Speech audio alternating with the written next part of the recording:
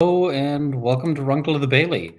Um, so today has been a really interesting day, and um, yeah, hopefully, let me know if you can see this in the comments because I am super tired, and I'm gonna try to sort of follow along here. And yeah, I had a nap. I'm still really tired, but so today I want to cover. This has been a really interesting day trial wise, and it was sort of an exciting moment. This has been a lengthy trial, and this has been a very difficult trial for a lot of people. I mean, everybody involved, but also a lot of people watching this have been. This has been difficult to watch for a lot of people based on their own sort of personal traumas and so forth. So I'm just really glad to see that we've got essentially this is coming to an end. But today was a very interesting and important day because this is closing arguments. And closing arguments can do a lot in terms of changing the shape of the case.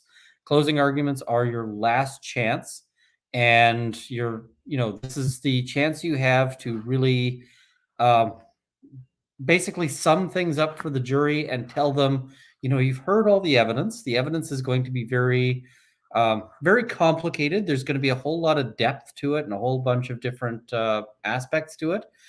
But now this is why you should actually, you know, this is why you should actually find in our favor.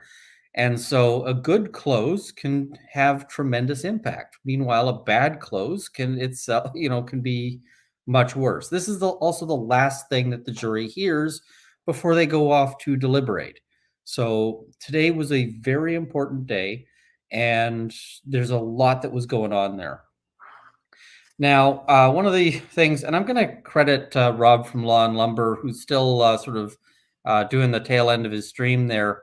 One thing he pointed out that I thought was actually really interesting was uh, Depp's team has water bottles. Of course, everybody's got water bottles in there, but they were all stripped of the labels. And the reason why you'd strip them of the labels is so that you don't get complaints from whichever company does the water bottling, which I think actually kind of illustrates the real toxicity of the allegations that were initially made against Depp, right? If you're sitting there going, like, you don't want to, if you're worried that somebody might object to their water bottle being seen with you, that tells you just how far things have fallen because, uh, it wasn't that long ago that companies would have been paying huge money to be putting, something in Depp's hands. I'm sitting here and I'm not endorsed by Coke, but I'm drinking one because it's got caffeine in it. But it would be very much, um, no, go back 15 years, Coke would have paid, good money to have, something just seen like that, right? So that is a really kind of big deal there. In terms of there's a bit of the courtroom pageantry that was going on was you were seeing that Camille Vasquez showed up again in a stark white outfit, which is a really, I think, it's an interesting look. There's there's a lot of sort of symbolism that we've seen there. The other sort of aspect of symbolism that was useful was I actually thought it was interesting to see Amber Heard's hair because she had the hair, she had this braid, but the braid goes around the top of her head. It was a very, big, uh, it was a halo look. So I was like, that's kind of a bold strategy. Let's see if it pays off. Walking in with like a halo done there. So yeah, that was sort of an interesting aspect. They start off, there was just a discussion. Almost every day that I've been there, they've opened things up with a sidebar. There's always been some business to deal with, and today there was a sense of humor when the jury's not there. So it was just going, um, you know, hey, she said, oh, is there any business we need to take care of? They were going, no. And they said, oh, that's what I like to hear. So the little bit of a joking aspect there. Um, I guess I'll address just this bit. So there's been a bit of confusion here, and it's not Chanley's fault at all. Um, so uh, the initial reports were jurors 2 and 8 being the alternates. And so that is jurors B and H from sort of my perspective on that. The system I've been using, I just find that easier to remember, especially, and it avoids confusion with their actual numbers because the court assigned numbers for who the alternates are is 3 and 14, right? So juror 8 is juror 14 is confusing. That's why I was going juror H. Who is juror 14 by the court's numbering or juror 8 by that. It looks like there is a graph that was put out that's floating around that is in error. Somebody got it wrong. There was a miscommunication there, and that's that's just worth addressing. And somebody linked that to me, and I went, "Did they update it? Like, is this a different thing?" So it's not juror C. It had a bit of discussion there. So Chanley is right. It is 2 and 8. That's the best information we've got. Somebody's saying, "Are you staying for the verdict next week?" Johnny Depp will not be there. He has gotten permission to not be there, and so I think that there is a 0% chance that he will be there for the deliberations. And yeah, go. If what you want is to see Johnny Depp, you will find it very unsatisfying if you go down. The other thing I will mention is that they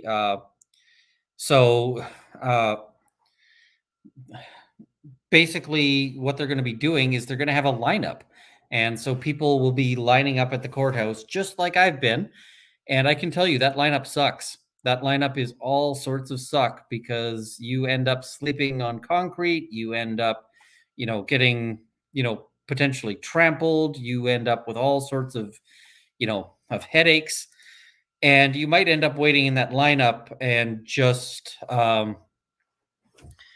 you wait you wait there, you get in for deliberations, you sit in an empty courtroom waiting for them to say, okay, there's a verdict, and you could end up spending the entire day waiting in that empty courtroom for a verdict, and ultimately you don't get one.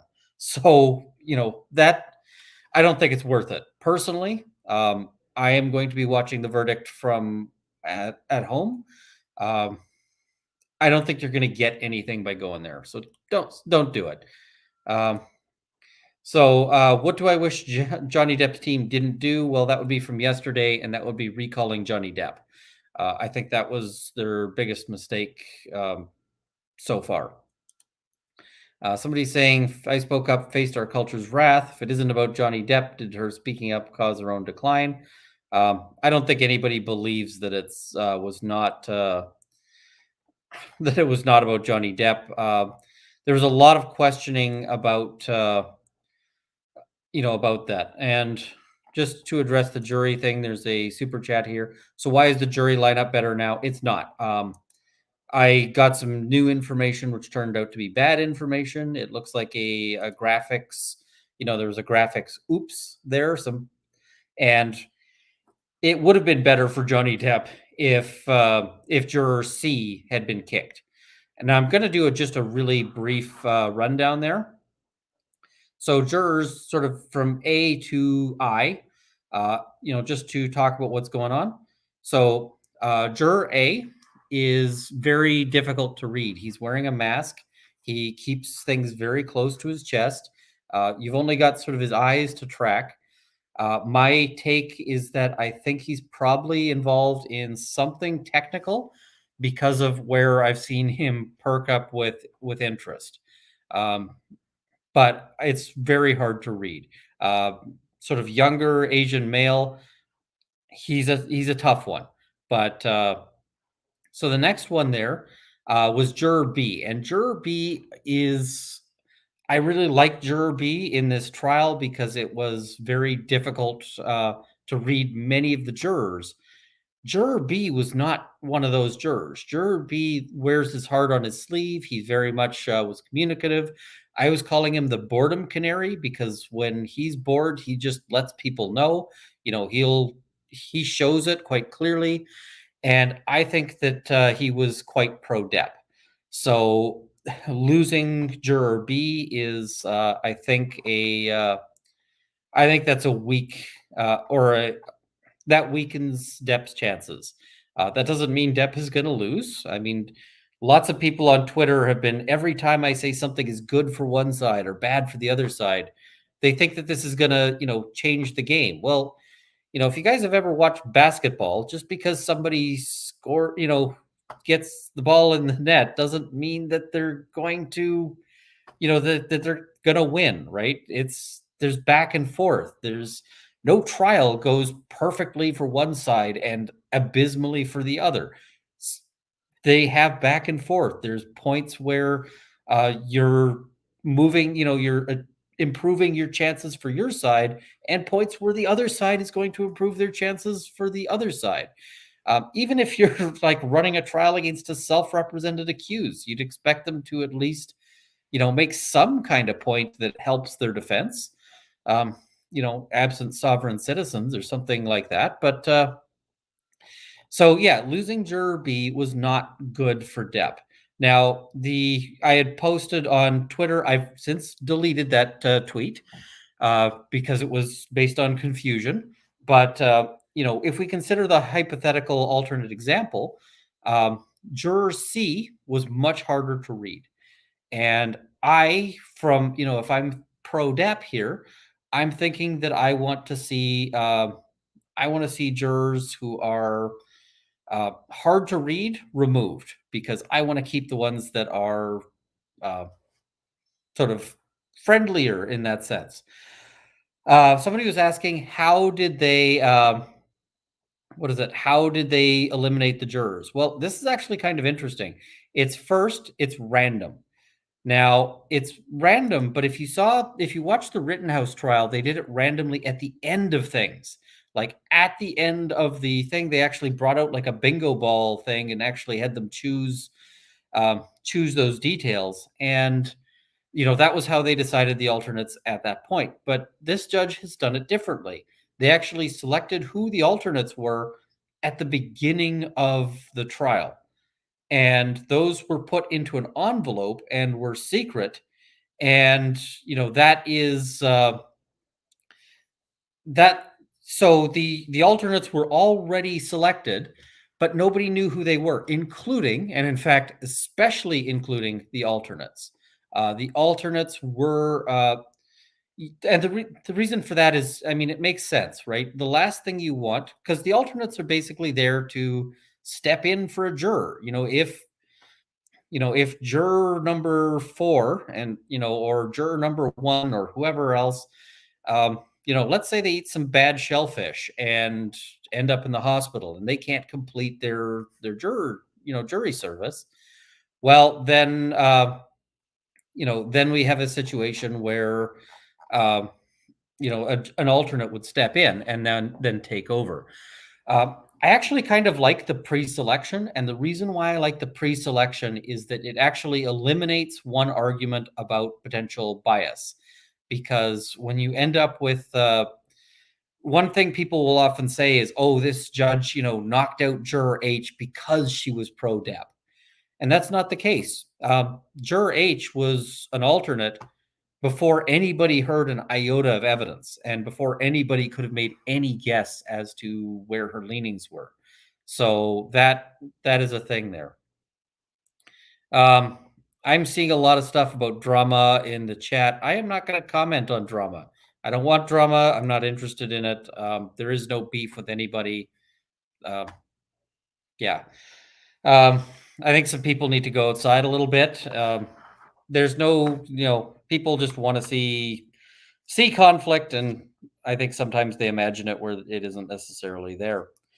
All right, so the other jurors who got eliminated is juror H, And juror H is she was initially very hard to read. Like when the first day that I was there, she was just stone cold poker face.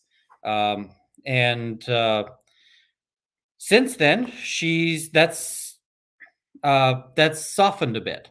And the what we've got instead is she's had some moments where like Camille Vasquez gets up to speak, and she just looks really uh she really likes Camille Vasquez.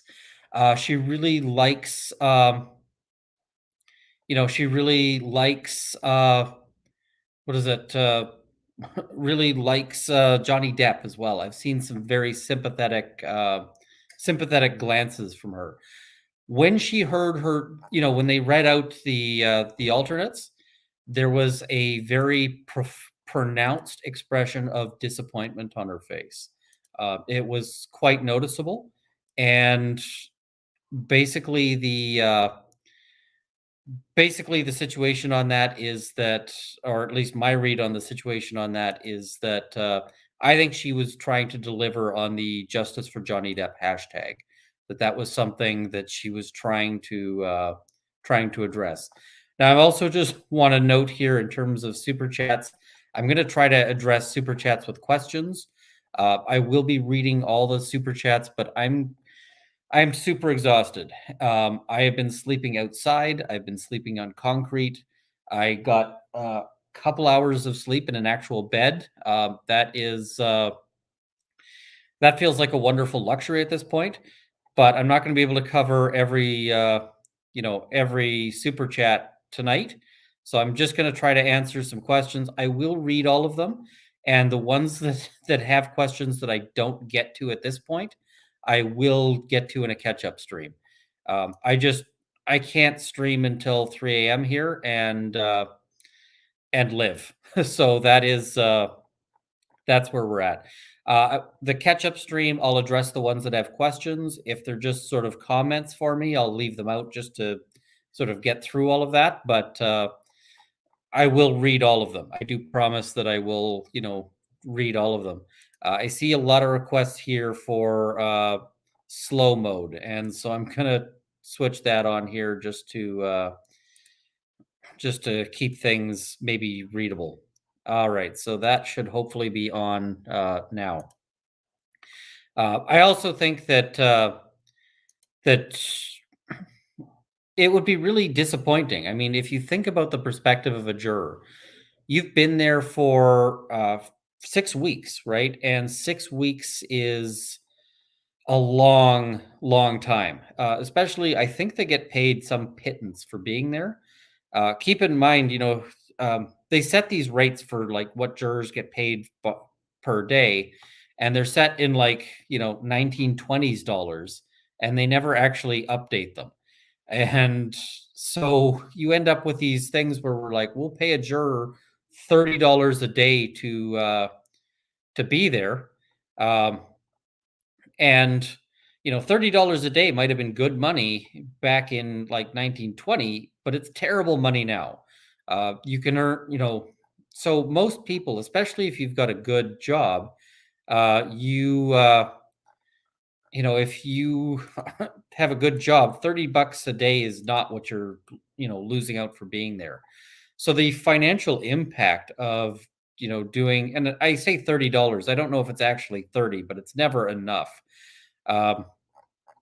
So, the financial impact of this can also be tremendous, right? Think about you're burning through your savings there. If you've got a job that, covers for you during jury duty, that's fantastic, but not everybody does. So that can be a real, interesting aspect. I'm seeing some people going, sorry, I'm just trying to catch the chat here.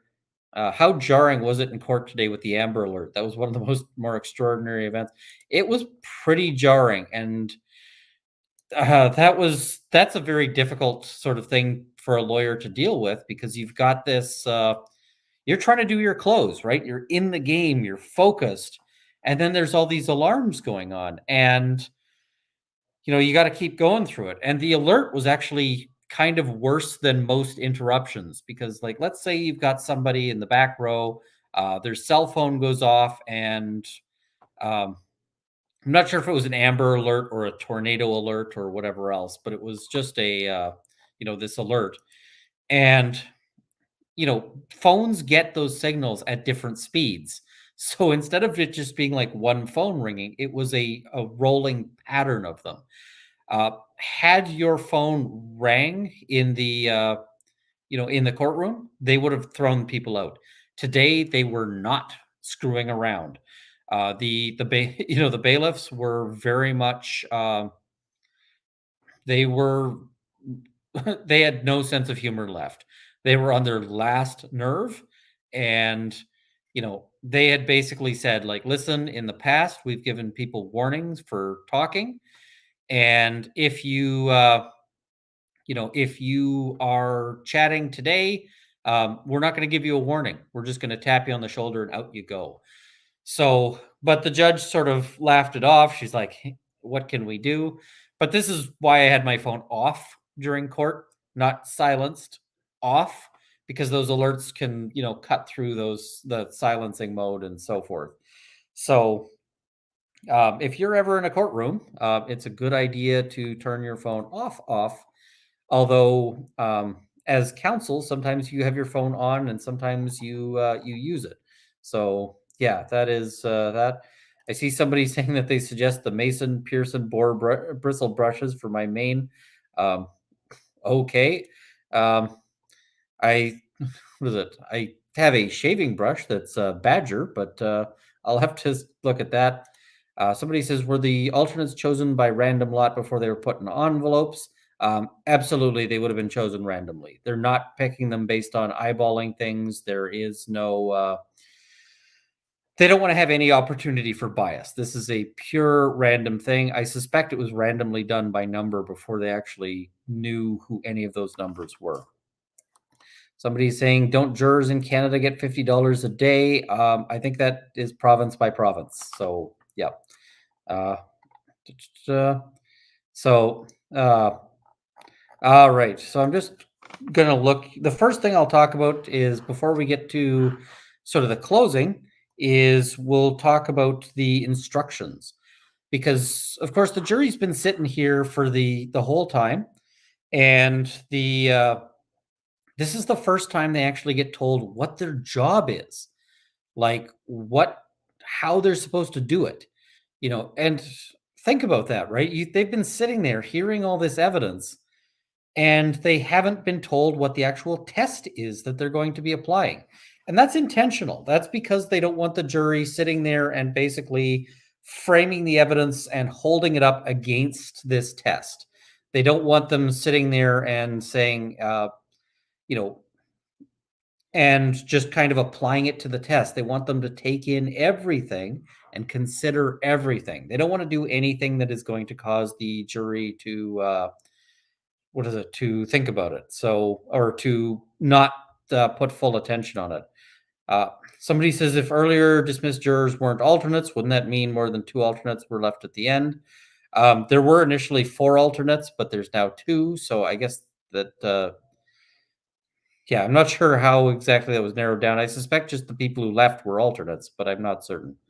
Uh, all right. So somebody also asked, what if the jury doesn't understand the instructions? They are able to ask questions and get some clarification. We may actually see that, where they come back and say, hey, what does this mean? And the judge may say, if that happens, the judge may say, okay, I will clarify this and provide some additional details. Or the judge may say, listen, you don't get any further clarification. We explained it. I will repeat it. And beyond that, you don't get anything. Now, the other aspect is, what is it? They'll have the lawyers nearby. And one of the things that they might be able to address is, if there is a request for a clarification, there might be arguments about what that clarification should be, if anything. So, and that's gotten in my head. I'm going to have what, if anything, they're stuck in my head for a long time. All right. So we also heard that they're. This is interesting. They're getting to keep their notes, and that doesn't happen in every jurisdiction. In lots of jurisdictions, the jury is permitted to take notes throughout the trial, and then at the end of the trial, their notebooks get seized, and they have to just rely on their memory. And so here they're going to get to keep their notes, but they were cautioned not to put that they're in fact supposed to put greater weight on their own memory and recollection, and less weight on their notes. They're not supposed to sort of stick to their notes. This is not a super chat, but I really want to address it because it's a great question. Why don't they have full-time professional jurors? Well, let's go back to the sort of original thought of a jury, right? Why do we have jurors in the first place? Well, we have jurors in the first place because we kind of want the public to kind of have a say in it. We don't.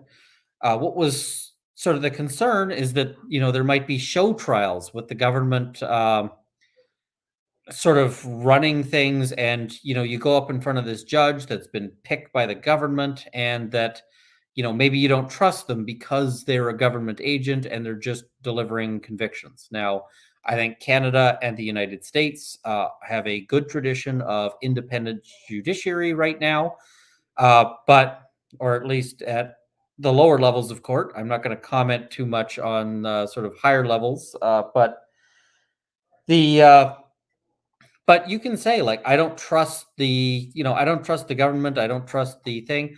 I want to be judged by a jury of my peers.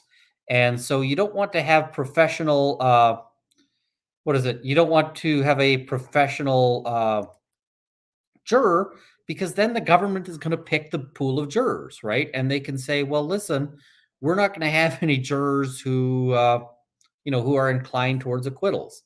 That would be a very bad aspect on things. So, yeah, that's what we're doing. All right. Their names are going to be under a 1-year seal, and the jurors were informed of that, so they now know that that's a thing. They have also been cautioned to ignore the headings on the juror form. You might have heard that. Those headings are basically just that.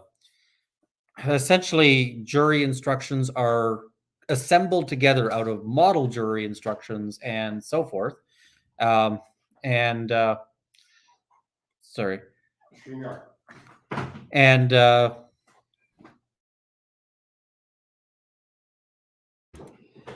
so those get sort of cobbled together out of a bunch of kind of fragments out there. And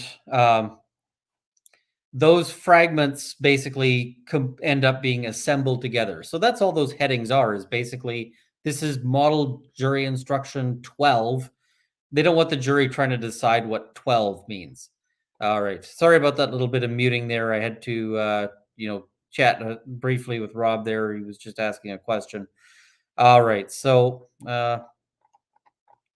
just looking here, somebody was asking, does the jury see the crowds outside supporting Johnny? The jury has not been like super locked down. They have been wandering around, and I mean, I think it would be very hard for them not to have seen it. The other thing is that this was actually put into evidence because what is it? We actually had a situation where they they called the evidence on the social media and, like, look how many people are saying justice for Johnny online. I think that was a mistake. I think that that is a difficult scenario there. Like, why would you want that? But yeah, it is what it is. So yeah. The jury was very intent and attentive on the instructions, and that is that's important. It tells us that this is a jury who is taking things seriously, and that they are going to be they're going to be paying attention to the legal tests. They're going to be paying attention to their duties and taking it very, they're not going to be sort of rushing to a judgment. I like that out of a jury. I think that that's a good, good aspect there, and we'll see what they come back with. This may not be the best thing for Depp because There's an old lawyer adage, and it sort of says, when the law is on your side, you pound on the law. When the facts are on your side, you pound on the facts, and when neither is on your side, you pound on the table. Uh, the uh, the situation there is, what is it, that the facts are very much for Depp. Depp, I think, has the advantage on the facts. Um, the the law, on the other hand, is very much for, the law makes it very difficult for Depp to succeed, because it makes it very difficult for any sort of similar claim to proceed. So that is that's why you see a difference in the closing, which I'll get to in a bit there. Uh, I'll also note that Mr. Depp seemed nervous. Johnny Depp seemed nervous when he came in, and that doesn't mean anything in terms of what he thinks his chances are. His What he's looking at here is this is a really important day for him. It's a really important verdict for him. And it would be surprising if he wasn't nervous. I suspect Amber Heard was nervous too, but she seemed less so, which is probably just that she was kind of better at covering over that. I see people saying that there's 25K in the chat, so that's a big thing, or that's a lot for this hour. So thank you for tuning in here. What is it? I had it marked down as everybody being at least 90% attention, and at the jury instructions. So there were some moments like juror B yawned and then immediately went back to focus. I think he was just tired. There was a lot of people tired there. Juror I was spending some time towards studying the gallery, and a lot of people in the gallery were struggling to stay awake. The jurors were paying better attention than the gallery people. That said, the gallery, a lot of people were just there to see Johnny Depp. And so, if you're just there to see Johnny Depp, the closing, like the instructions, are probably pretty difficult. So then we get up and it's time for closing. They've been instructed, they know what's going on, and they're going to hear the closing arguments. And so Camille Vasquez gets up. And the first thing I noticed is that juror H, who we now know is an alternate, smiled very warmly at her. She was very much, she was happy to see Camille. Oh, and I've got Uncivil here. I'm just going to pop him in there. Hey, how you doing? Good. I feel very weird with such a tight view on the thing, but how are you? Oh, doing all right. Maybe I'll see if I can. There we go. That makes me feel better. Thank you. I always hate being cropped in that tight. I will have to see about, a background at some point. I'm still figuring out this live streaming thing. No, you're doing great, man. And this is the first time I've appeared with you. Well, I mean, on my stream, but on your stream, yeah. We've been on, I think I've been on your channel, and we've been together on other live streams. I'm not sure you've ever been on my channel, but maybe you have. I'd have to double check. It's tired. I'm late. Okay. And we've got Law Talk with Mike here. Hello. Oh, and I see 89,200 for Uncivil. So hopefully we'll get you up to that 100,000. I would really appreciate it. I'm trying to make this a full-time endeavor. I think 100,000 makes me feel better inside. So, yeah, the closing was really. I thought Camille Vasquez, if she's not partner at that firm, they need to get on that, because she has been doing some really good work, and it was good. She did a fantastic job. If she's not partner there, she'll be partner somewhere else real fast. Yeah, that's the thing, is somebody like that, you're going to want to make sure she's getting the dollars and the recognition, because I suspect she's going to be getting all sorts of offers. Oh yeah. Yeah, I see somebody saying that she's an associate. I think they better fix that real fast. Yeah, I think it's time for that to jump up. Whatever she's getting paid, it's not enough. When she referred to sexual violence, I saw a lot of the jurors look up. Like, this is something that they have been keyed to. This is something that is on their minds, that aspect. And I think this is really kind of an important thing to talk about, because there's multiple claims going on in terms of how the defamation can be established. And my read on things is that they've got the two of those three are sort of just talk about, abuse generally. And I think those are the weaker claims for Depp. I think that we actually get to a much stronger claim when we talk about the sexual violence aspect, assuming that the jury agrees with the republication. That one I think That's is solid. I very much suspect, my breakdown on the likely outcomes here is that we're either going to see a nobody gets any money, everybody go away decision, no claims sustained, and that's very much possible. Or, and I think this is actually slightly more likely than not, I think we'll see, there's the other alternative is, I think we'll see two of the defamation claims not made out, and that third one made out with a dollar amount. And I mean, the sexual assault and the republication, I think, are rock solid. I think Johnny gets a verdict here. Not big money. I put it at like 65, 65% in Depp's favor. But I mean, it's always tough. You can never predict these things to a certainty. We're always kind of making, not at all. And I don't know. I mean, there's the possibility that they come in terms of damages. There's certainly the possibility that they say, we're going to give you $1. Sure. You get your name back and that's it. There's also the possibility, I don't know. The feeling I have is that the jurors may really latch on to the 7 million number. That does make sense. There's a poetic irony to it. It's a real FU kind of number. And I think it would be really easy for them to say, you know what, we fined for Depp $7 million. It's exactly what, it's exactly what we're looking at in terms of how much he paid in the split. And so they may say, listen, you walk away with nothing out of this relationship. And of course, nothing plus attorney's fees is a whole lot of pain. Especially given that her career doesn't seem to be on the upswing, as we've heard from literally everybody, who testified about her career. I really feel like Depp justified his ask, though. I feel like the numbers are there. I feel like he justified it. I actually think that, the jury's been given a path to give him his full dollar amount.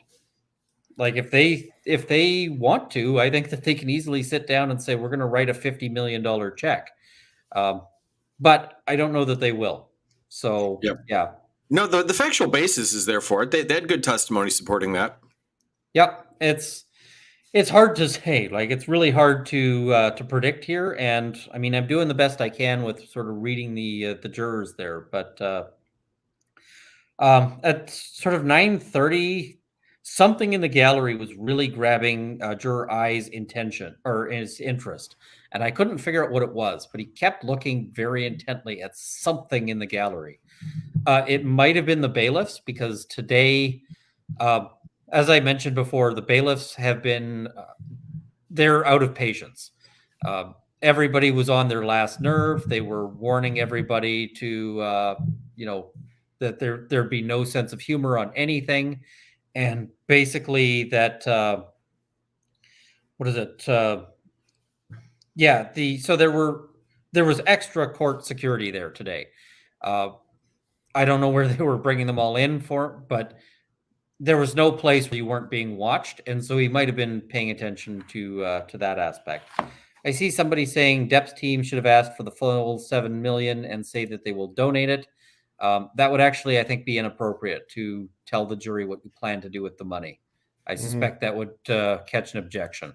So, yeah. That's probably true.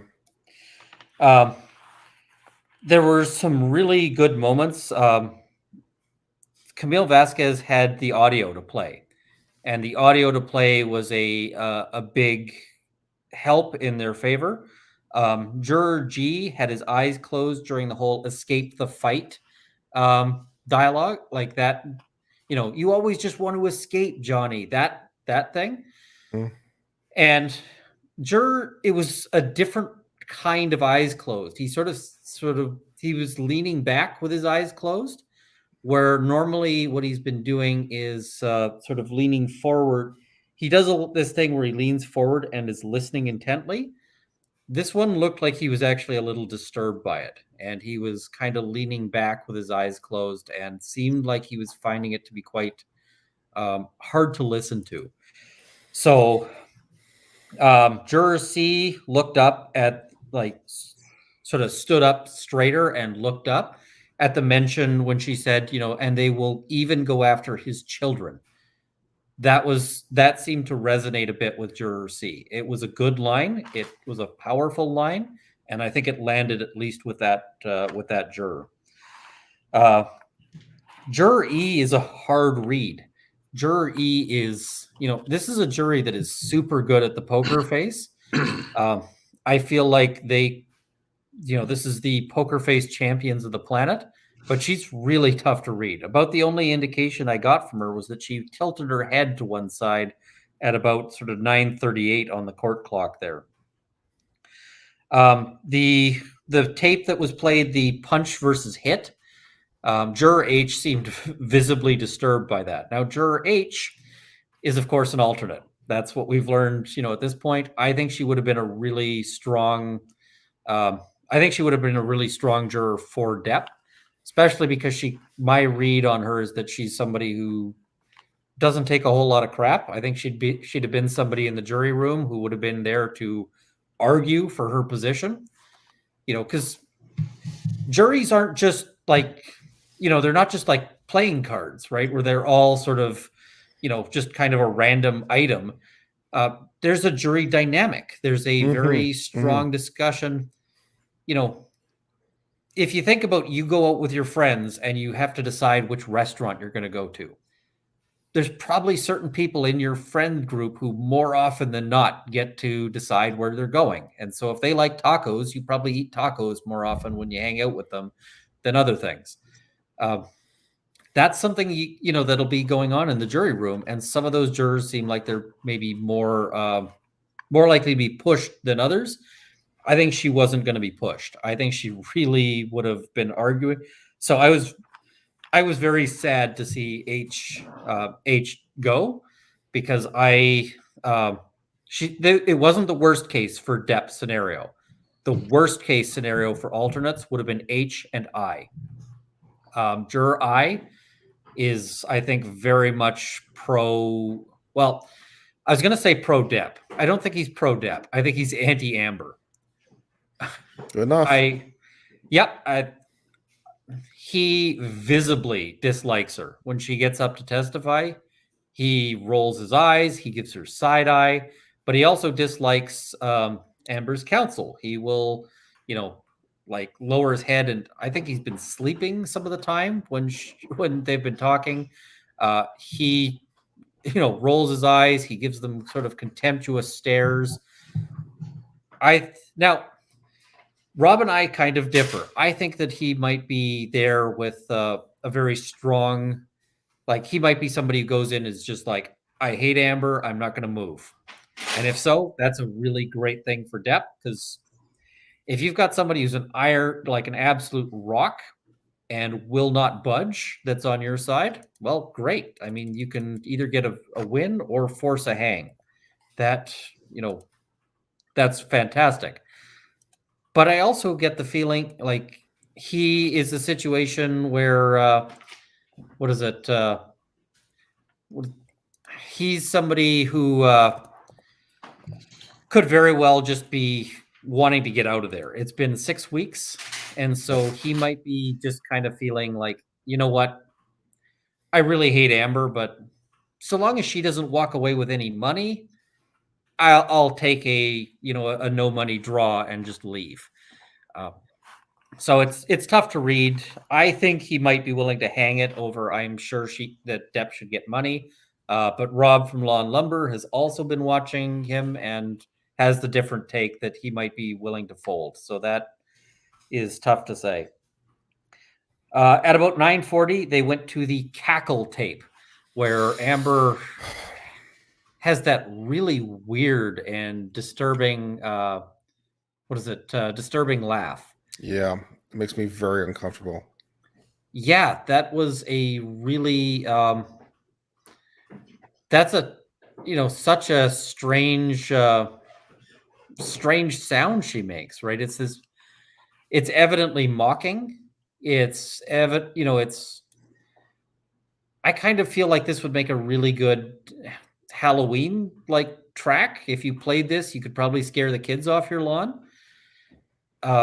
Juror H was really disturbed by that. Like, she kind of did a sort of thing there. And that, again, I'm kind of disappointed to lose her on the jury. I saw people also kind of open their eyes a little bit when they mentioned that it was the 6-year anniversary to the day. How poetic is that? How how sort of ideal is that, where you end up with that? You almost wonder, is that something they could have objected to? It would have been I think it would be very difficult to convince this particular judge, hey, I don't want it, because they could make an argument like that. But I also find that sort of weird mocking laugh to be I think that one it feels like something that you don't do to an abuser, right? It feels like if you've got somebody who at any moment is going to go off and just start throwing hands at you, that's not what you do. This is like the kind of thing you might do if you want to get into a fight. That's trying to piss somebody off. So I hope the jury sees it the same way, but it's an aspect there. I have a lot of notes about Juror B as well, who's also an alternate because he is super expressive. And so when they're playing I think it's the Dutch tape, of her on the pledging, or she doesn't pledge anything. She says that she has donated with the D, the money. And, she's getting all these accolades. She doesn't say that she's pledged it. She says donated. And Juror B made a wrinkle, like he sort of wrinkled up his face at that. I don't think that they're getting, or at least if his expressions generalize to other jurors, I don't think that they agree that that the pledged versus donated is the same thing. That just, that seems like it's not really selling. I'll also note Juror B pulls out his notepad at this point, but he doesn't actually, like, he was sort of holding his pen up. I didn't see anybody taking any notes during Camille's closing. They were paying attention to her, a lot of attention to her, but they weren't writing stuff down. It was just that they were, really focused on her. She has a great stage presence, and that is that's a powerful thing there. I saw when the mention of the essay allegations, the specifics of it. Juror C kind of leans back in his chair and is blinking because Camille Vasquez, was very much harping, or not harping, that's the wrong word. She was very much sort of noting that these are very serious and very dramatic allegations. And that, I think, was getting some attention as well. I actually have a note here, which it just says 2 and 8 in the bag. So jurors 2 and 8 in the bag for Depp. And who are the alternates? Not a great draw. 9, I think, is also very much for Depp. But I was sitting there going, this is the luck of the jury pool, right? You don't get to decide who stays and who goes. And then after Camille was done, and she did. What was it supposedly just random? I mean, I assume it's just random, right? They didn't choose the alternates. They were randomly selected at the beginning of the trial, apparently, and that went into an envelope. So Okay, and then but the jurors don't know who it is. the jurors don't know who it is because they only find this out towards the end. And then once they find that out, because of course you don't want to tell the jurors like, hey, you're an alternate. See, I mean, that's what we do, though. We'd have 12, we'd have 14 sitting there, and we'd say, you two are alternates. Watch the trial. If someone gets sick, you're stepping up. That's it. I kind of suspect that if you did that, I feel like you'd have a lot of people going, okay, sure, I'm an alternate. I should pay attention, but I just can't. Right. I just can't be bothered, right? System. I'm saying that's what we do in Illinois. Yeah, it's. I like this system. I actually thought it was a pretty good way to do it. The other thing I really like about it is, we saw in Rittenhouse that they chose the who stays and who goes at the end of it, and and there was a lot of sort of suggestions that maybe somebody tinkered with things, and people get all sorts of notions. But here, if who is a juror and who is an alternate is chosen ahead of time, then you can't make any suggestions that it was because that H was pro-Depp that she got knocked out. Right. It was before she heard any evidence. It was before she made a single face or anything like that. So I'm just sort of going over my notes here, and I apologize to people. I know I'm a little scattered. I am operating on very little sleep. You're doing great, Runkle. With all this sleep, it's amazing. Well, sleeping on concrete. I had a folding chair today, which was that was nice. But you're still sleeping outside, and there's people talking about their favorite Johnny Depp movies in real loud voices, just right over there. So, all right, just looking here. So Ben Chu gets up there and he starts talking about, you've met the real Johnny Depp. And when he says the real Johnny Depp, I saw Juror D give a slight nod. And I think that's a good point, right? Where you've got, that there. That nod is a good thing because, sorry, just trying to juggle multiple things here. If Chu is saying this is the real Johnny Depp, that is a moment that that I think that if they're agreeing with Ben Chu on that, it's a good point. That said, it could be taken the other way. They could say we've met the real Johnny Depp and we think he is a terrible person. So that it's tough to say. I'm the only one who's like, all this is pretty justified language from Johnny Depp because of what he's been suffering through. It doesn't take a lot to say, if this were me, this would be the least of my language. Well, and that was a point that I think they made pretty well. How hot is the mic? Pretty loud? It's a little hot. I'm going to see if I can turn you down here a little bit. We used the C word a couple times. Ooh. No, they did, but they didn't use it in closing. I was pretty impressed by that. I thought Elaine was going to come in and use it 9 million times, and she didn't, because she loves that word. When she says it, man, oh, yeah. And I thought the you met the real Johnny Depp played well, and I think I took it as a more subtle thing. You met the real thing, including some bad stuff, and I think that's the way it was intended, and I think that was the way it was likely received because it was well delivered. Yeah, they did a really good job with a lot of that, and Ben Chu started out well, and then he kind of finished a little weak. Juror H, again, who's we now know is an alternate, but at least her reactions are still useful in terms of sort of what's going on and what's happening there. Juror H nodded along to the "Me Too without a Me Too" that line. Camille Vasquez tried to come back to that line later, and I actually think Ben Chu delivered it better. That particular line.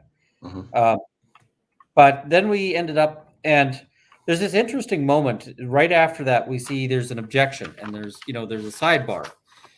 And what I saw the jurors doing at that point was they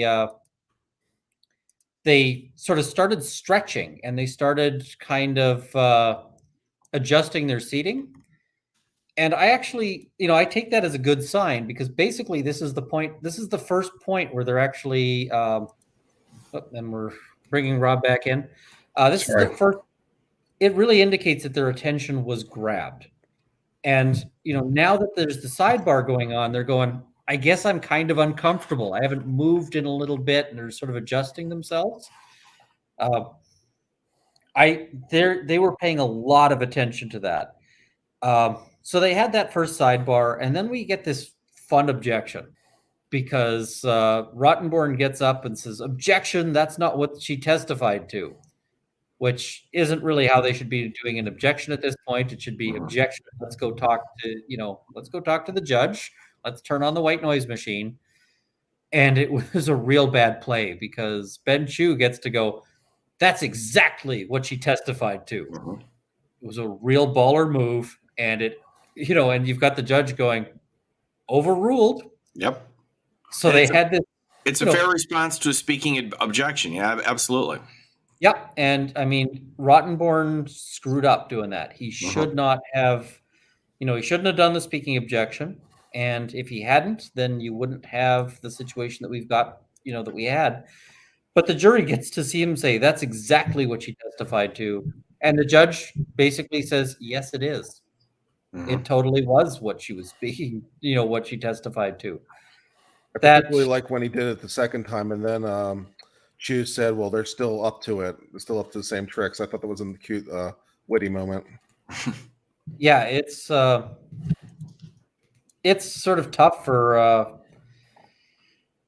it was a tough day for that aspect. But Chu eventually ended up kind of in the weeds, and I recognize that I am kind of meandering because I'm sitting here fighting with my attention deficit and sleep deprivation. But doing great, man. Ben, he started to lose the jury, and he started to get repetitive. And it's actually because he started to get repetitive, he started to lose the jury's attention.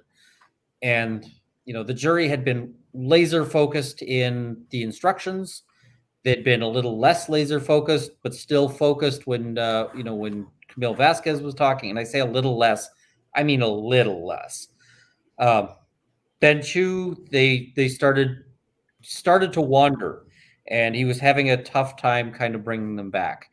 Rob and I were sitting there, and we were kind of, making or sort of writing notes to each other, because of course we're not going to whisper in that courtroom. They had said that they're going to toss people out. We're being super careful. The lecture we got today before going into court was pretty intense. Like, they were like, you do anything, period, anything.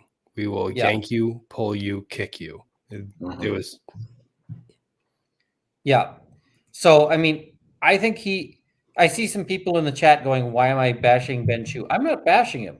The thing is that this is in the context of, there were some really good there was Camille Vasquez's close was really good.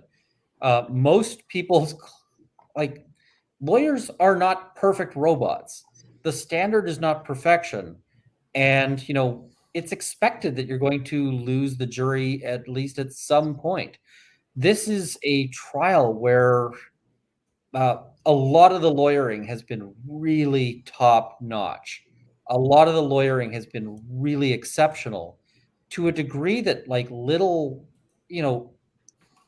that kind of pretty good, or even very good, kind of stands out as a down point. It's, there's so much money being spent on this, and they're getting people who are just absolutely at the top of their game. So I thought that Ben Chu was, his closing objectively is a very good close. By the standards of this trial, it was a down point from Camille Vasquez's close. And, at the point where, we were starting to write back and forth, it's time for him to wrap it up. Eventually he does. And they wrapped it up a lot better than Elaine's team because they end up with 39 minutes left on the clock, which ends up being a huge thing. The time disparity. Oh, that was a whole thing. Yeah, it was Now, nice. It was nice. We saw it from over here, and it was rich. Yeah. Now, I thought Ben Chu was working towards a $1 pitch to the jury. Mm-hmm. Give him $1 and give him his, make it clear, but he doesn't care about the money. He's only at, he is entirely down with $1. He didn't do that. He said, jury, it's up to you. You pick the dollars. That's, that I think. Now, at the time, I thought that this was a mistake. At the time, I was going, you were getting up to it, but you never actually got to that $1. And later on, Elaine actually made a comment along the lines of, well, they're not asking for, they're not here because because they have a real issue or something along those lines. And it felt like that comment that she made was intended to address a $1 argument that never actually got made. And so once she made that comment, I was wrong. His position of not asking for the dollar gutted that argument because, if she says, well, they're not here for a real issue, they only want the dollar. Well, they didn't say they want the dollar. What they've got is a $50 or $50 million request. So, I mean, she may have accidentally just suggested to the jury, don't give him $1, give him some real money. And that's a mistake. Someone else pointed out that it can also come off as desperation, which I think is also very wise. Yeah. So I think they did, exactly what they needed there, and we wrapped it up with 39 minutes left, which is really that was good. really good. I think they did that. No, they left it open, but they implied that we'd be happy with $1 just because we do it because he needs his name back more than anything. But didn't go all the way and left it open and said, yes, technically we're asking for $50 million. Yeah. And I mean, it just leaves it to the jury, and the jury can say, I mean, I like that at the end of the day, it's, it's up to the jury. If the jury wants to come back with $1, they'll take $1. If the jury wants to come back with 50 million, they'll take 50 million. Yeah. I see people saying, don't slow the chat. I'm sorry. My mods can't keep up. And, I've got my mods saying, please, slow the chat so we can deal with this. I got to look out for what my mods need. They're volunteers. I don't want to make their life miserable. So, yeah. If Depp gets that $1, that is going to be the most valuable dollar that's out there on the planet right now. Because imagine framing that thing. Oh yeah. If I was Johnny Depp, I'd frame it and that'd be in my office. Auction it off. Oh my gosh. Auction off for charity. Well, I mean, you could probably auction it for $7 million and then donate that $7 million. The real troll move that I think would be hilarious is, if he gets the $1, go and say, well, I'm going to donate another 100,000 to the children's hospital, and I'm going to donate the $1 to the ACLU. Nice. That would be pretty good. That's pretty good. If he holds up the $1 and says, this $1 which I have already donated. I mean, it would just be pledged. It would just be $1 is pledged. It would be such a troll move because the ACLU, I think, has kind of stepped in it on this one. Yeah. I think that they really shouldn't have. This is a situation where they should have listened to all the facts before they weighed in so heavily, especially because they're the Civil Liberties Union. They were the Civil Liberties Union. Oh, they completely embarrassed themselves here. I mean, they used to be. ACLU used to be one of the champions of all First Amendment rights, of all defamation claims, of everything. I mean, they were fantastic. And how great would it be if Johnny Depp had like that $1, put it and said and signed the pledge form and says, I pledge this $1, but then put it and framed behind like in his office, and every time a picture was taken of him, there was just the dollar in the background, and he's like, no, it's still pledged. Still pledged. Oh man, that's that would be even funnier too. Yeah, you guys said it's the same as donation. You know, it's yeah, So can I keep the dollar and get the tax write-off? Is that how that works? yeah, If that's the deal, I'd like to donate all my income real fast. Sure. Yeah, I'll pledge all of my income, write off all of my Pledge income. 5 times your income. So why not? And I just want to say for the chat, this is not tax preparation advice. This is how you end up with, you know, if you ever think that you have a really clever tax scheme, that really clever tax scheme probably ends with you getting a free accommodation. Free accommodation does sound good though. I get free meals, free housing. 3 hots in a cot. 3 hots in a cot, baby. Have you ever eaten Nutriloaf though? I've heard tell. Nutriloaf is pretty awful. So yeah, try to stay out of jail. It's not a great place to be. So then they wrapped it up, and again, 39 minutes on the thing.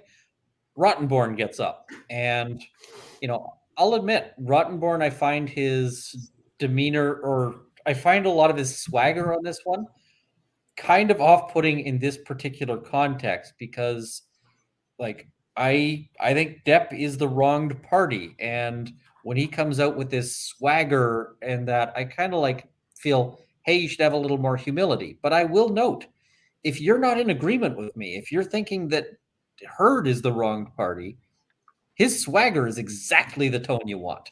Yeah. He is a hell of a litigator. He is really, really good at what he does. And I know people hate hearing this because they want to see this as an absolute blowout, right? They want to see this as like, justice is going to prevail and the other side are all like, incompetent or whatever.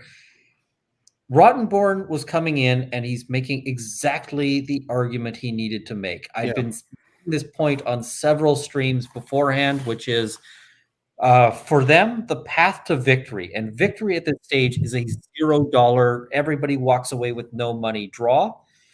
The path to victory is a legalistic argument, because he's not going to be able to come in and say, you really like Amber Heard. No. Because nobody there does. I don't think anybody is sitting there. When Amber Heard is breaking down on the stand, nobody's crying. Nobody is, weeping along with her, including Amber Heard. Like she couldn't even shed a tear. I actually really liked what Camille Vasquez hit on this point. It was a point I'd made on, Twitter, and I can't claim credit for it. I can't even be like great minds think alike.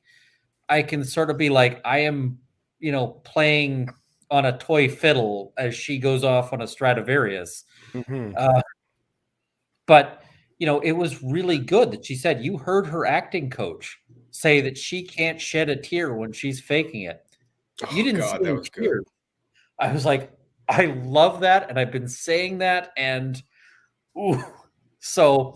and I hope the jury really caught on to that, because it was that was a powerful line.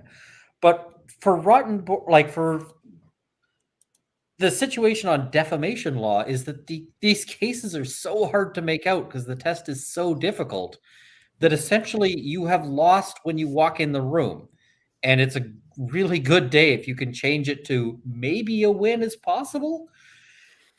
So Rottenborn really wants to hammer on the law to say, listen, we know the facts are bad, but you guys have to follow the law. And he wants to box the jury in and say, I know you hate Depp. I know you do. I know you hate Amber. Yeah. I know you really hate Amber, but you still got to find for her. And he made a lot of arguments that basically said, like, you do not have the option of finding for Depp if you think that there was even one instance of abuse. And abuse includes yelling.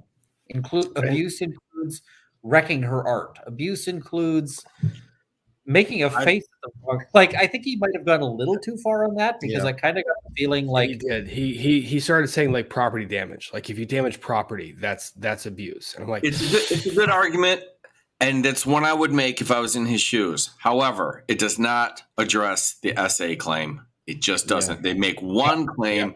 It's bogus. Yep. Nobody's buying it. And that's where I think Johnny actually wins. I mean, it's no guarantee. You don't know what a jury's going to do, but I think that's just where Johnny can win this thing. Before Runko, hang on, because this was made. I was on Kurt's stream earlier, and I just want to get your take on this. And because before you move on from this topic, Kurt made a really good point, and I think John made it on your channel. Of this was the first time that Rottenborn had made this argument.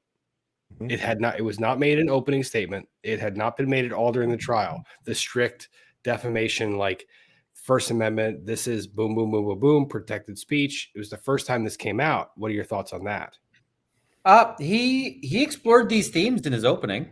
Yeah, there was some exploration. Yeah, there was some exploration in the opening. He talked about First Amendment. He talks about your right to have an opinion. He talks about those things. He didn't write it quite as hard, but I mean, he didn't know what the evidence was going to look like. I think that's where Rottenborn wanted to go the whole time, but Elaine was really in charge, and Amber wasn't on board. I think it was a better strategy. A better attorney, to be honest. So basically, as the facts started coming out and they started just not supporting the case that Elaine wanted to make, Rottenborn was like, see, I was right the whole time. Let me do the close. Yeah. I don't think that argument would have been a lot better, and I was on board with that argument right up until Amber got on the stand, especially like day 2 Amber. And I'm like, this is not sustainable because you're changing the rules of the game. It's not now just any sort of abuse. It's now the most vicious abuse known to man. Yep. And Camille hit that point hard. Like she hit that point really hard. I actually have a bit of a different take as to what's going on behind the scenes because I don't think Elaine is making these decisions. I think Elaine doesn't like these decisions. What I think is Amber is making these decisions. I believe that for sure. And that what I think is that because Elaine is primary counsel, she's getting handed the shit sandwich of having to deal with the decisions that Amber is making. But Rottenborn is like the second, he's kind of the junior here. And so he's getting a little more freedom to do what he wants, which is to make the better arguments. I agree with you, but I think she is primary lead counsel because Amber knows that she can tell her what to do. And if she wasn't that way, she wouldn't be the prime lead counsel. And Elaine said, fine, I'll do it. Yeah, and I suspect that Amber would not, she'd fire, I think she'd can any lawyer who she didn't think that she could, guide in that. And I mean, some lawyers would basically have said, listen, if this is the what you want me to run, I'm not doing it. Yeah. And I don't know, like I have had disagreements with lawyers on this point because I think that there is an ethical question. You're supposed to follow your client's instructions so long as they're not guiding you to do something unethical. Like if the client says, I read the rules of ethics much differently myself. What I read the rules of ethics to be like, I have to achieve my client's goal, but everything else past that is my decision. So the goal would be something like, I'd like to win the defamation suit, or I'd like to lose the defamation suit, or I'd like to buy this piece of property. I'd like to not go to jail very much, please. That is the goal. Like after that, according to the way I read the rules of ethics, everything is mine. I get to choose the witnesses. I get to choose the questions. I get to choose the strategy. Basically, after that point, you get to sit quietly in the corner. And I'll let you know how it turned out. But I mean, I can do more. I can give my client more than that, but ethically, I don't have to. Not the way I read it. I mean, if Amber says that her primary goal is she wants to win her counterclaim, I mean, it's also how you define that scope of representation, because you can lay that scope out really early on. It's the same thing as like personal injury claims. Mike, you probably deal with this a bunch. Like, I can accept any settlement that's above 20% above what costs are covered plus something. You lay that out at the beginning, but if Amber Heard set the stage or set the standard so high or set it to some bar that they could not reach, then that kind of dictates how the trial strategy must go until she decides otherwise, like mid-trial, when it's like the evidence is not supporting this, we are going to die if we go on to closing and make this argument. She also has additional leverage because she's so famous and the profile of the case, and you want to be known as the attorney. Let's be honest. Professionally, this is very good for your career. So if this was a normal, non-famous person, and she came to me and said, I want to tell this story of what happened in Hicksville, I'd say, okay, what corroborating evidence do we have? If we don't have it, that is too hot. You are not telling that. I don't care. I'm not even saying I don't believe you. We are not putting that in front of a jury unless I have something corroborating it. The end. It's not that I don't believe you. It's that it's going to lose us the case. Absolutely. But I only know what I can prove, right? Yeah. One of the major blunders of this case from the Heard side was calling the Waldman deposition. That was such a bad move. And the only way you get to that bad move is if you think that the counterclaim is live, because what they were chasing is we need the Waldman tapes so that we can chase that counterclaim. I mean, Amber is entitled to say, I insist that we proceed with the counterclaim. That's my read on things. Yeah. But honestly, like what I would have been advising behind the scenes is, listen, let's just lose the counterclaim so that we don't lose everything.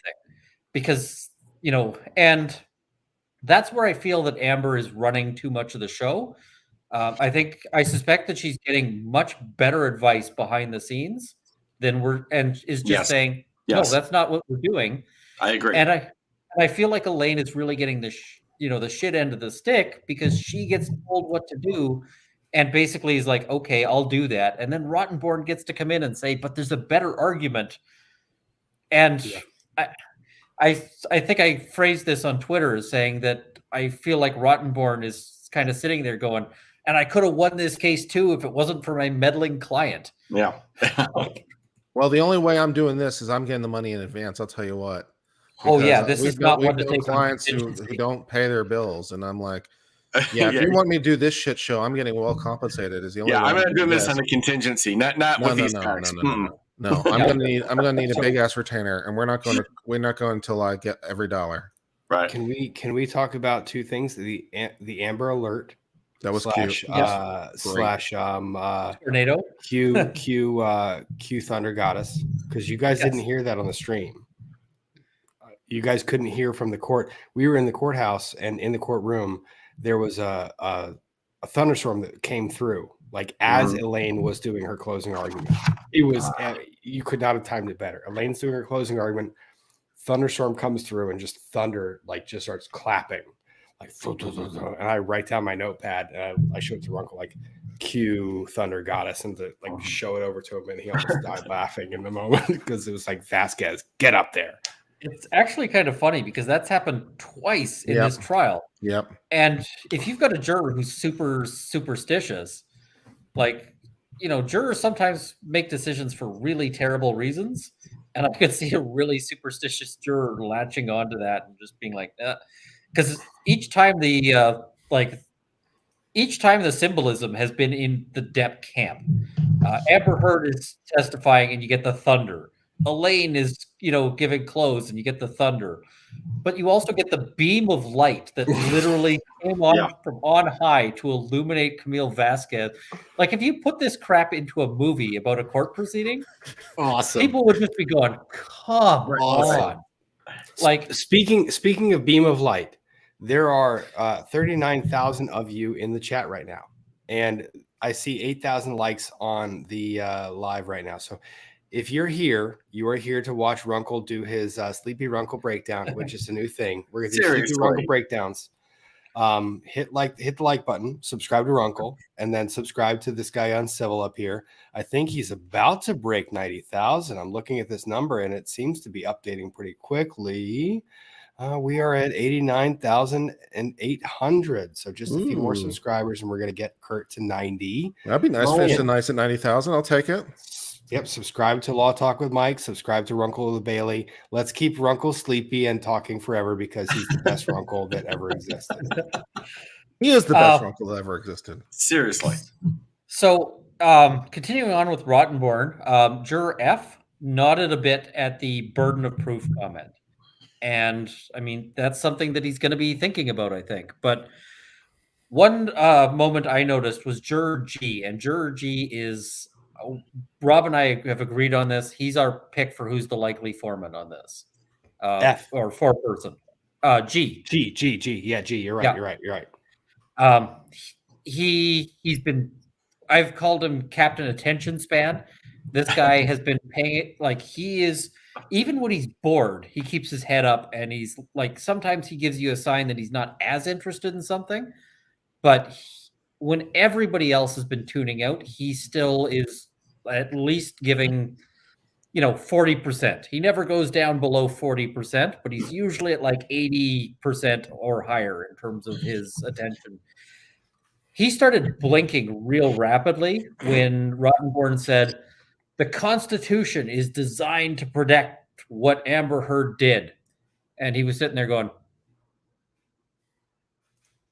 and I think that's I like that sign if I'm pro-Depp, because I think that's him going, I think it was a badly chosen phrase by Rottenborn, because what Amber Heard did is the wrong way to phrase that. What Amber Heard said is a better way to phrase that, because what he did sounds like cutting off his finger and ashing out a cigarette on his face. And, the Constitution, the Constitution doesn't protect punching somebody in the face or ashing a cigarette out on them or cutting off their finger or any of that stuff. At least, that's my understanding of the U.S. Constitution. I got a problem. I need a defense lawyer. So I think that line kind of resonated poorly with Juror G. And at the no content added, when they're talking about the retweet, Juror A's brow furrowed. And Juror A is tough to read. He's masked, so all you can see is just the eyes, but he kind of went. And him and Juror G, I read as being involved in tech in some fashion. They have both been super interested whenever they bring out the technical witnesses. Like when they brought out, Boy Wonder, I think Elaine actually called him Doogie Howser, which is a weird thing to call your own expert. But like that seems kind of diminutive of your own expert. But both of them were really interested in his qualifications and actually got less interested when he started making his really bad argument. But they were really interested in his qualifications. They were like, this guy is real cool. And then when they found out that basically what he did is an API pull and throwing some stuff into an Excel spreadsheet, they were like, wah, wah, wah. I don't have a whole lot of regard for his testimony. I'm going to be, be blunt about that. I think that they should have called somebody else for that. This guy was a resume without being on point, but that's from a previous day. So we'll just sort of carry on there. But Rottenborn was basically following the roadmap that we'd been, that had been sort of being discussed as to how to get to zero, how to get to a zero verdict in terms of that. So I thought that was a really, good. It's what he needed to do. It's not what people on Twitter and so forth will have wanted to see, but it's the only path he's got to that victory. And I just want to say thank you. I know this is out of date on my counter here because Social Blade is behind, but I am over 90,000. I'm at 90.1. I just want to say thank you. Awesome. Congratulations. You deserve it, Kurt. I really do appreciate it. I really do appreciate all the support from everyone and my friends, and all the guys out here are helping me and helping everyone of my friends grow as well. And they all have wonderful content. And one of the things I really love about it is the community that we have, because we get all these wonderful perspectives and we each have our own little niche of expertise, and it's really cool. So thank you for everyone. You know what I like about it? I like how it just annoys the hell out of the media. Yeah, I don't know why. I just get a perverse pleasure out of that. I really do. They hate it. So in that vein, before you start on Runkle, I want to do two things. One, Law Talk with Mike, you're at 45,300. Can we get him to 48 before the end of the night? Chat, go over and subscribe. Come on, there's enough people here. Go do it. Do it. And then to the man of the hour, Mr. Runkle of the Bailey. Oh yeah. The man who Mr. Ian sacrificed so Runkle. much. Mr. Ian Runkle, who has spent nights on the pavement sleeping 2 hours and then coming back and keeping me from sleeping because he shakes my house with the snoring. To Mr. Ian Runkle, can we get him over 200,000? And I didn't think I'd have to say that, but he started the stream, I think, at 100. He started at like 160 subs, and now he's at 182. Wow. So I think Ian is well within striking distance of that 200K. Let's get her done. So can we, like, I think it's a great idea. 200K. I mean, wow, that's awesome for Ian. The man said with a straight face, "I had a folding chair last night." I mean, I'm not saying he doesn't earn it. I'm just saying it's you've really blown up and you deserve it, man. I'm just gonna say that folding chair felt like huge luxury. Because the night before that, I slept on the pavement with like a sleeping bag, and I was kind of, I've kind of wrapped up everything. I've got like my electronics in the sleeping bag because I'm worried that somebody's going to steal my cell phone or something while I'm passed out. So I'm like sleeping with like this power adapter, and I'll just show you this. These are the battery packs I bought for this thing. This thing is like building material. This is, I think it's 30,000 milliamps. It is huge and it is heavy, and it was not super comfortable when it's like lodged up in the corner of your back. No, and he would pass me his jacket. And he'd be like, "Hey, Rob, can you hold this?" And I would hold the jacket. I had two of those things, and I was like, "Oh my god, what the f is what am I holding? Why is this 10 pounds?" And he's like, "Because my battery packs are in there." I'm like, "Dude, Ian, what's going on?" He's like, "You've been wandering around with this? How come you're so like? How come you got no mass?" I'm like, "Yeah. Exactly." So to the chat. So this is a defamation lawsuit, and defamation is based on First Amendment principles, which is based on a old Supreme Court case, New York Times v. Sullivan. The best person that I have ever known who's ever done any U.S. Supreme Court case law analysis is the guy up in the corner, Mr. Uncivil Law. So I think that you guys should sub to him, and that we should try to convince him to do a New York Times v. Sullivan breakdown before the jury reconvenes on Tuesday. I think that'd be a fun video to watch, and I would sure as hell watch it. So I think we can do that. I think we could have it for Monday. Yeah, let's do that. Somebody was asking, why didn't I get a hotel room? Well, because we've been getting indications that the line was being super policed and that the rules were changing every day, right? The previous day, it was basically everybody charge up at 1 a.m. and get into line wherever you land. Today, they did some weird thing with 5 lines and so forth. But today was the day that they were just lots of days previous, there was a lot of cutting. Today, they were just like, if you even looked like you're cutting, you had 2 bailiffs that right there going, you need to leave the line. You need to. There was actually because they did that 5-line thing, a mother-daughter, and the mother was elderly, got split up. And so they went and tried to rejoin each other in the line and tried to be both like right up at the front. And the bailiffs came and was like, nope. One of you was there. The other of you is way back. Pick. Like they Sophie's choice that. And they basically said, yeah, one of you will either, one of you has to go to the back. So I was super paranoid. I was just like, I don't want to miss this. And so I slept on the sidewalk. So there was there just isn't any other excuse. I was worried about getting up to go to the bathroom. Like I was worried that I was going to come back and the bailiffs were going to say, sorry, you left. You don't get. We actually checked with the bailiffs. Is it okay if we go and get our stuff? And they basically said, listen, you better make sure that the people in front of you and behind you will vouch for you when you come back. Because if they don't vouch for you, you're not getting back in the line. It was super regimented and super strict today. So that's why I'm sleeping on, that's why I'm sleeping on concrete. It's, I came a long way for this. I came all the way from Edmonton. I wasn't about to, I'm not screwing around on that. So that, What was with this 5-line thing? What the hell are they doing over there? So actually, it was pretty cool It was because one of really the good. lieutenants, one of the lieutenants. So what would happen was, around 12:45 or around 12:50, they kind of just said go, and the night prior, people kind of trampled each other, and it became a really big problem There were because it was literally just a one couple. mob Yeah. flowing towards the line. So the deputy said, "We're not doing this. There are 5 pathways that lead to the main walkway that goes up to the courthouse." And he said, "You're going to pick a pathway. You're all going to pick a pathway, and you're going to be in that pathway. You're going to walk and you're going to line up."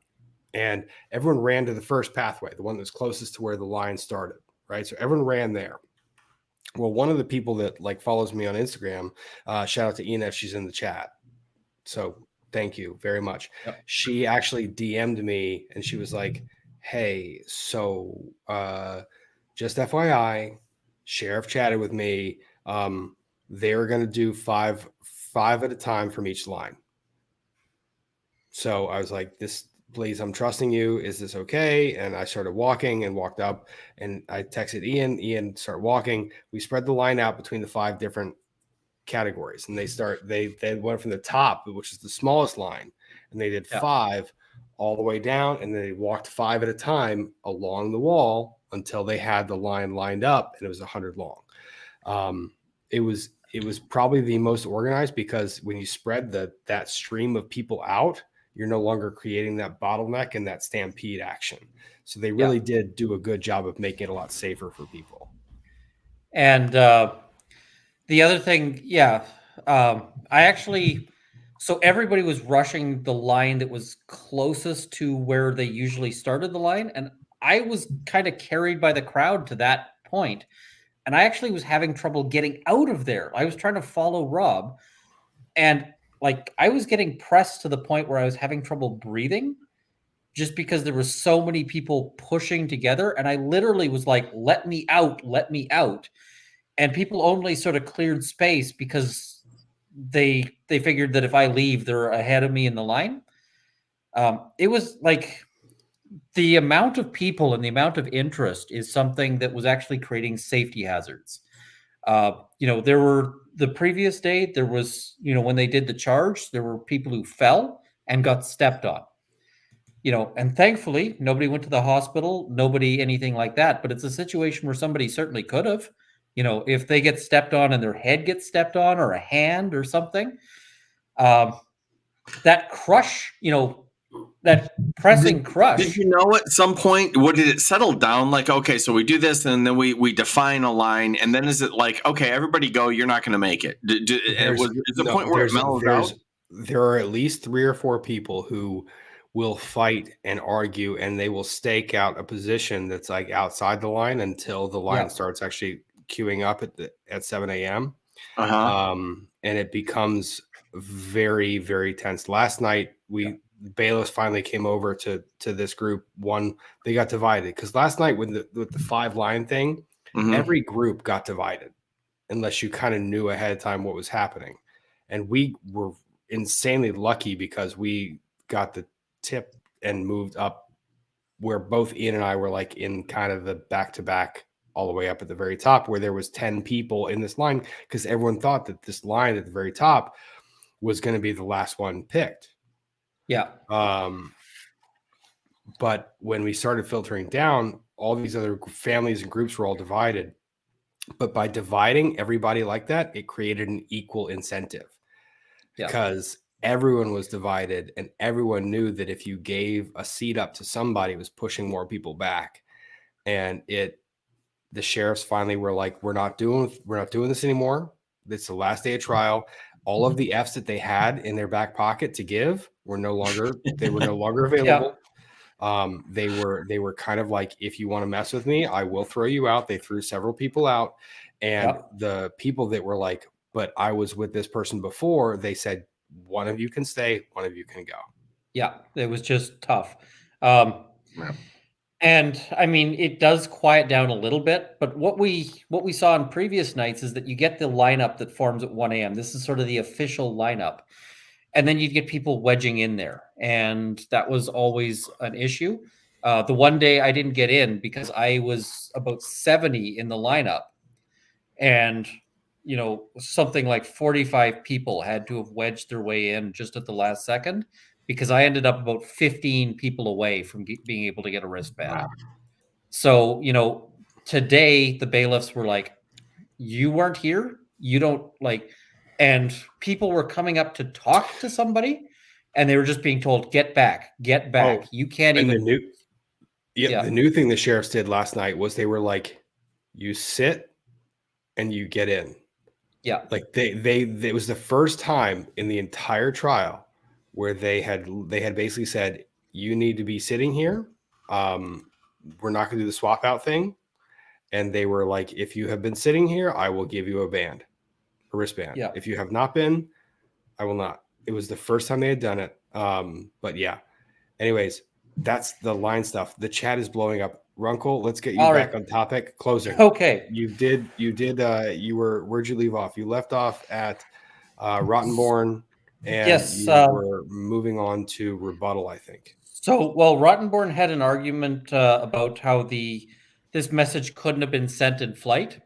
And Juror G, who again is, I read him as a tech guy, his eyebrows went way up at that. I'm pretty sure that this is a tech guy who buys the in-flight Wi-Fi pass every time he takes a long flight. Right. He's like, that's not a thing. Like, Yeah.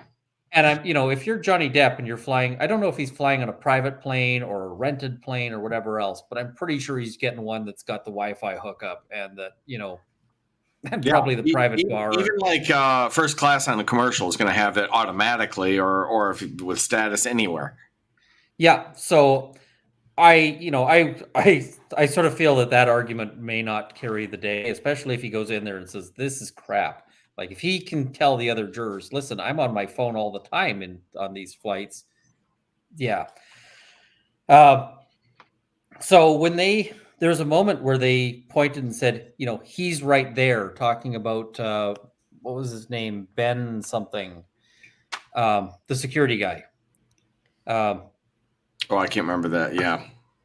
They sort of said, this guy's been sitting in, this one of Depp's witnesses has been sitting in this courtroom the whole time.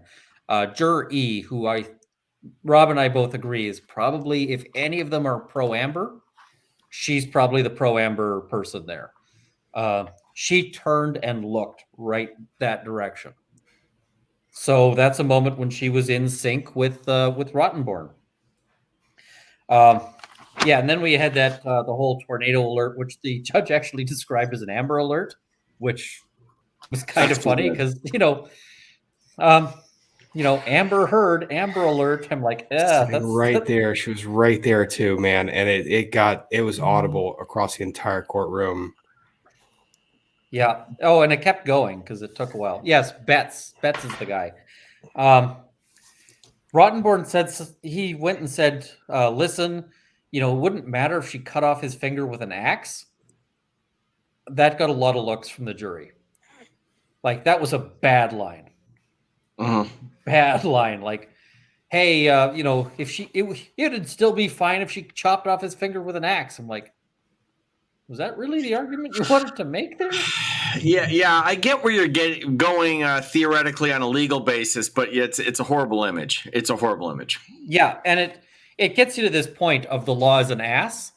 It's like, okay, maybe you're right, but I think that the jury would have a very hard time accepting that as moral or proper, and so that's a good place to lose the jury and to convince them to start ignoring the law and to just, screw your law. We're going to give Depp some money. So they eventually, so he wraps it up, and he actually had a pretty clean, crisp, I didn't think he was wasting a lot of time. I thought he was on point. He did what he needed to do, and he finished up. And then we see the other kind of close, because then Elaine Bredehoft gets up. She smiles, and she made that initial joke about, good afternoon. Yeah, I think that was, there was so much wandering at this point. So much, all over the place. I don't think she knew where she was going. She's trying to make out the counterclaim, but that's, as we've discussed, that's probably a dead issue.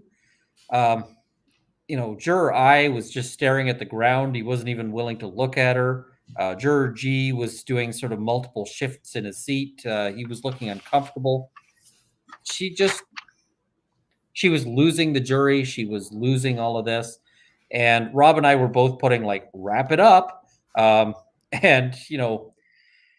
then we get into this round of objection after objection after objection. There were several sidebars in like direct succession. And so you see you could actually see the jurors, like they were fidgety, they were tired, they were overdue for lunch.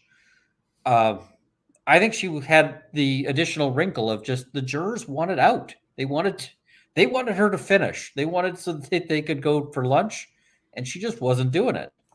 I don't know why she kept going on.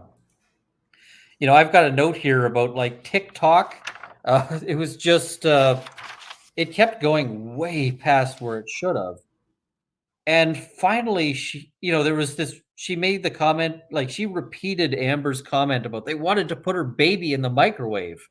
Lots of people kind of went, like, I'm sorry, if any of them have been on Twitter, like they know that people sort of making this kind of invective just means that you've run into an asshole on Twitter. It's a thing, right?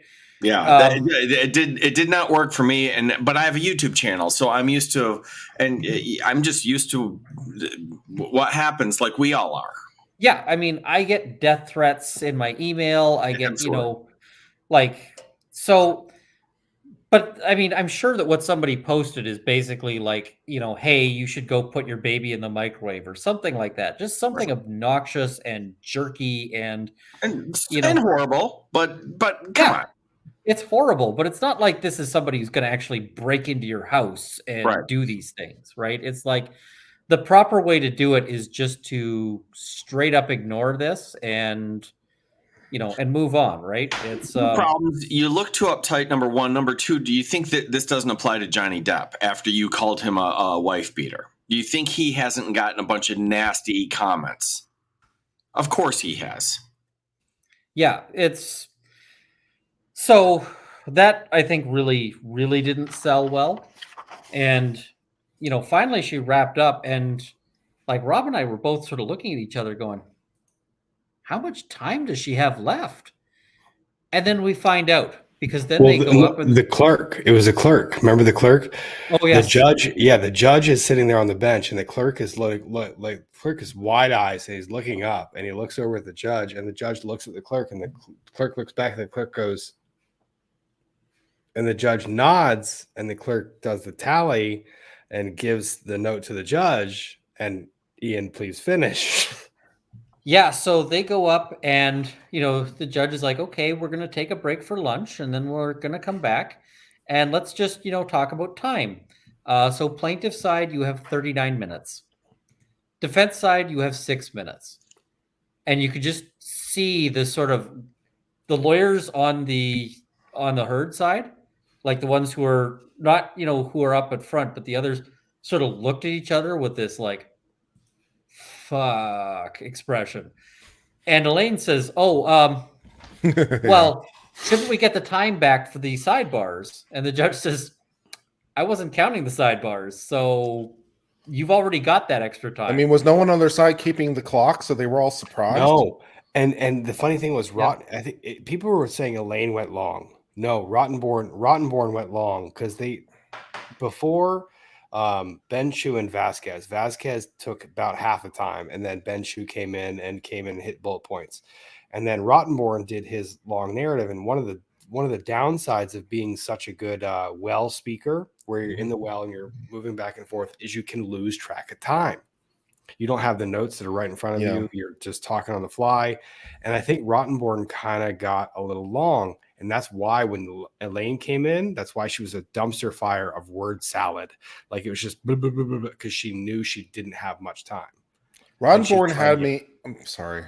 I was just Go about to say, I was going to say Rottenborn, and I'm sorry, because trying to judge when someone's stopping talking and starting talking, it's a nightmare of panels, but we'll get better.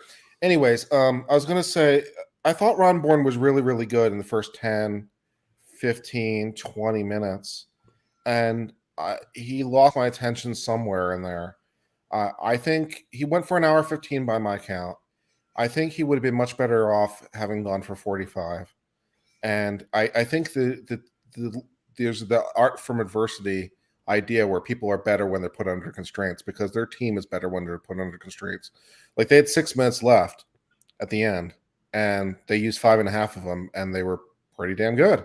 I mean, Rottenborn came in with fire with that last 5 minutes. For 6 minutes, it's like, I was impressed.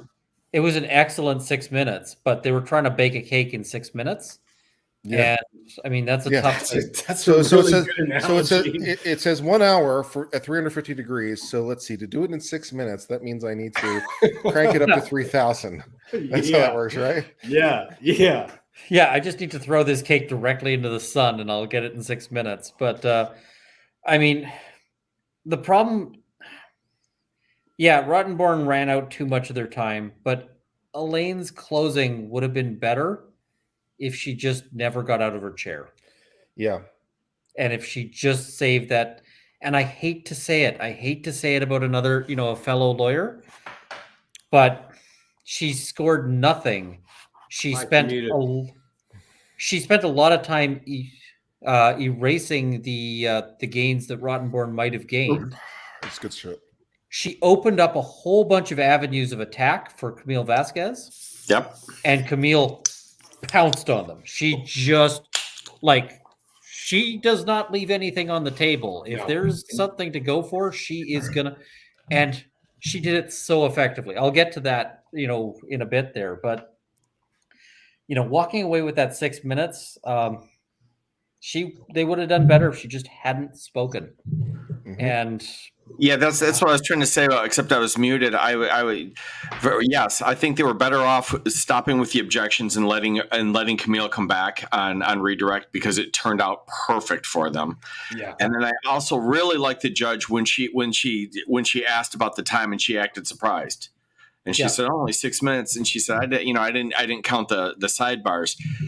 The judge came back with such confidence because she is watching this closely. She didn't apologetically say, well, gee, I don't know. She's like, no, I wasn't counting the sidebars. Yeah. And Ian and I, there's notes. There's notes where I'm like writing notes to Ian. I'm writing a note to Ian and I'm like, look at the judge. Look at the judge. She is staring at Elaine and you can tell that she is looking at Elaine. She's looking at the screen. She's calculating time. She's going, you're burning. I'm going to let you do it. This is your decision. It's your choice. I can't stop you. Yeah. She was almost trying to help her by focusing on her. Like, I'm giving you a chance. You realize it's ending. The problem is that Elaine is you address your closing to the jury. And so Elaine's back is to the judge. The judge could have been sitting there with giant flags that say, wrap it up. The airplane parking routine. They sell this timer that you can get at like any store for like $3 basically, and you just press it and it'll just get a stopwatch. Basically, is basically what I'm saying. Mm-hmm. Kurt, I have one. They get a square. I know. Yeah, you get a rectangular stopwatch and put it on the podium and just hit play, and that way you know exactly how much time you've used. How hard is this? I literally have like a little digital timer that I have in my briefcase that I carry with me to court because I can't look at my watch. That's an obvious thing. Put it right, right on the lectern, right there at the bottom right corner. And you glance at it from time to time, let you know where you are. No problem. Here, in appellate court, they really do. They have like the yellow and the red. I'm sure they do everywhere, but they have like red, yellow, green. Like it'll you can you have a nice visual representation on the lectern that they provide for you to speak to the appellate court. Yeah, and that's lovely. But you don't get that in the well of a court where you're walking around. But Mike, you'll love this one because this is a story that I'm sorry, Ian. There's a judge in juvenile court in this courthouse who has an actual legit chess clock. Yeah. Oh, that's cool. Yeah. No, this is the best thing ever. I want the chess clock. I love this judge so much. I don't know what, because we need a big chess clock so it can be seen at all times. But I'm putting it right on the podium. This will be seen at all times. If I ever become a judge, every single case I ever do is going to have time limits. We're bringing up the chess clock. It's going to be great.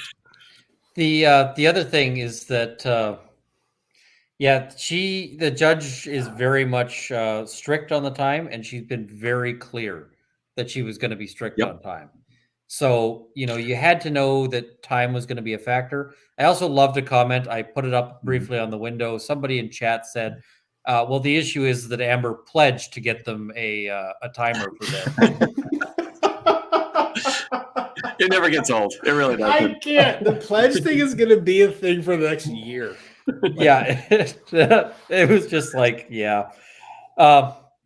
So then, people go for lunch, and Camille's got time. I don't think she ate. I think she was powered by righteous indignation, and, she came back really strong. And the first thing she did right off the hop was, all of those openings that Elaine gave by mischaracterizing the evidence and mischaracterizing the test. She launches in on that right at the start. It was very effective. Well, what you've got this situation where the jury already probably doesn't believe Amber, much. Amber has very little credibility. But now they can draw that out and go, you don't believe Amber, and maybe you also don't believe her counsel. Maybe they're not people you can trust to give you the right impression as to how you should decide in this one. And oh man, is that not where you want to be? At the close. It was a real big own goal. It really hurt them. And and that was all opened up by Brotherhoff there. That was a real mistake. I saw juror E, who has actually been our best guest for Pro Amber, nodding along to the issue of potential malingering on the PTSD.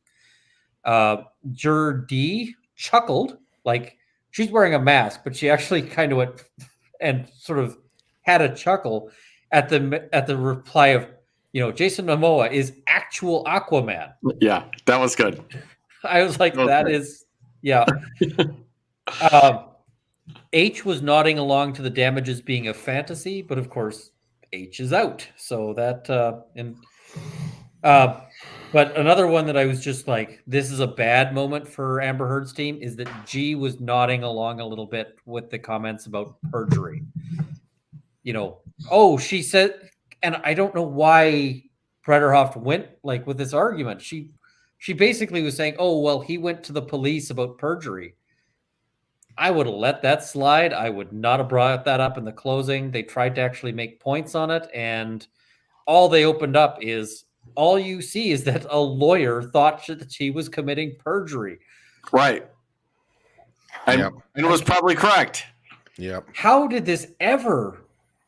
Like, this is such how this ever for much of the case is the question. Like for Wiley, Doc Brown ripoff, how in God's name did we ever get him on the stand past depositions?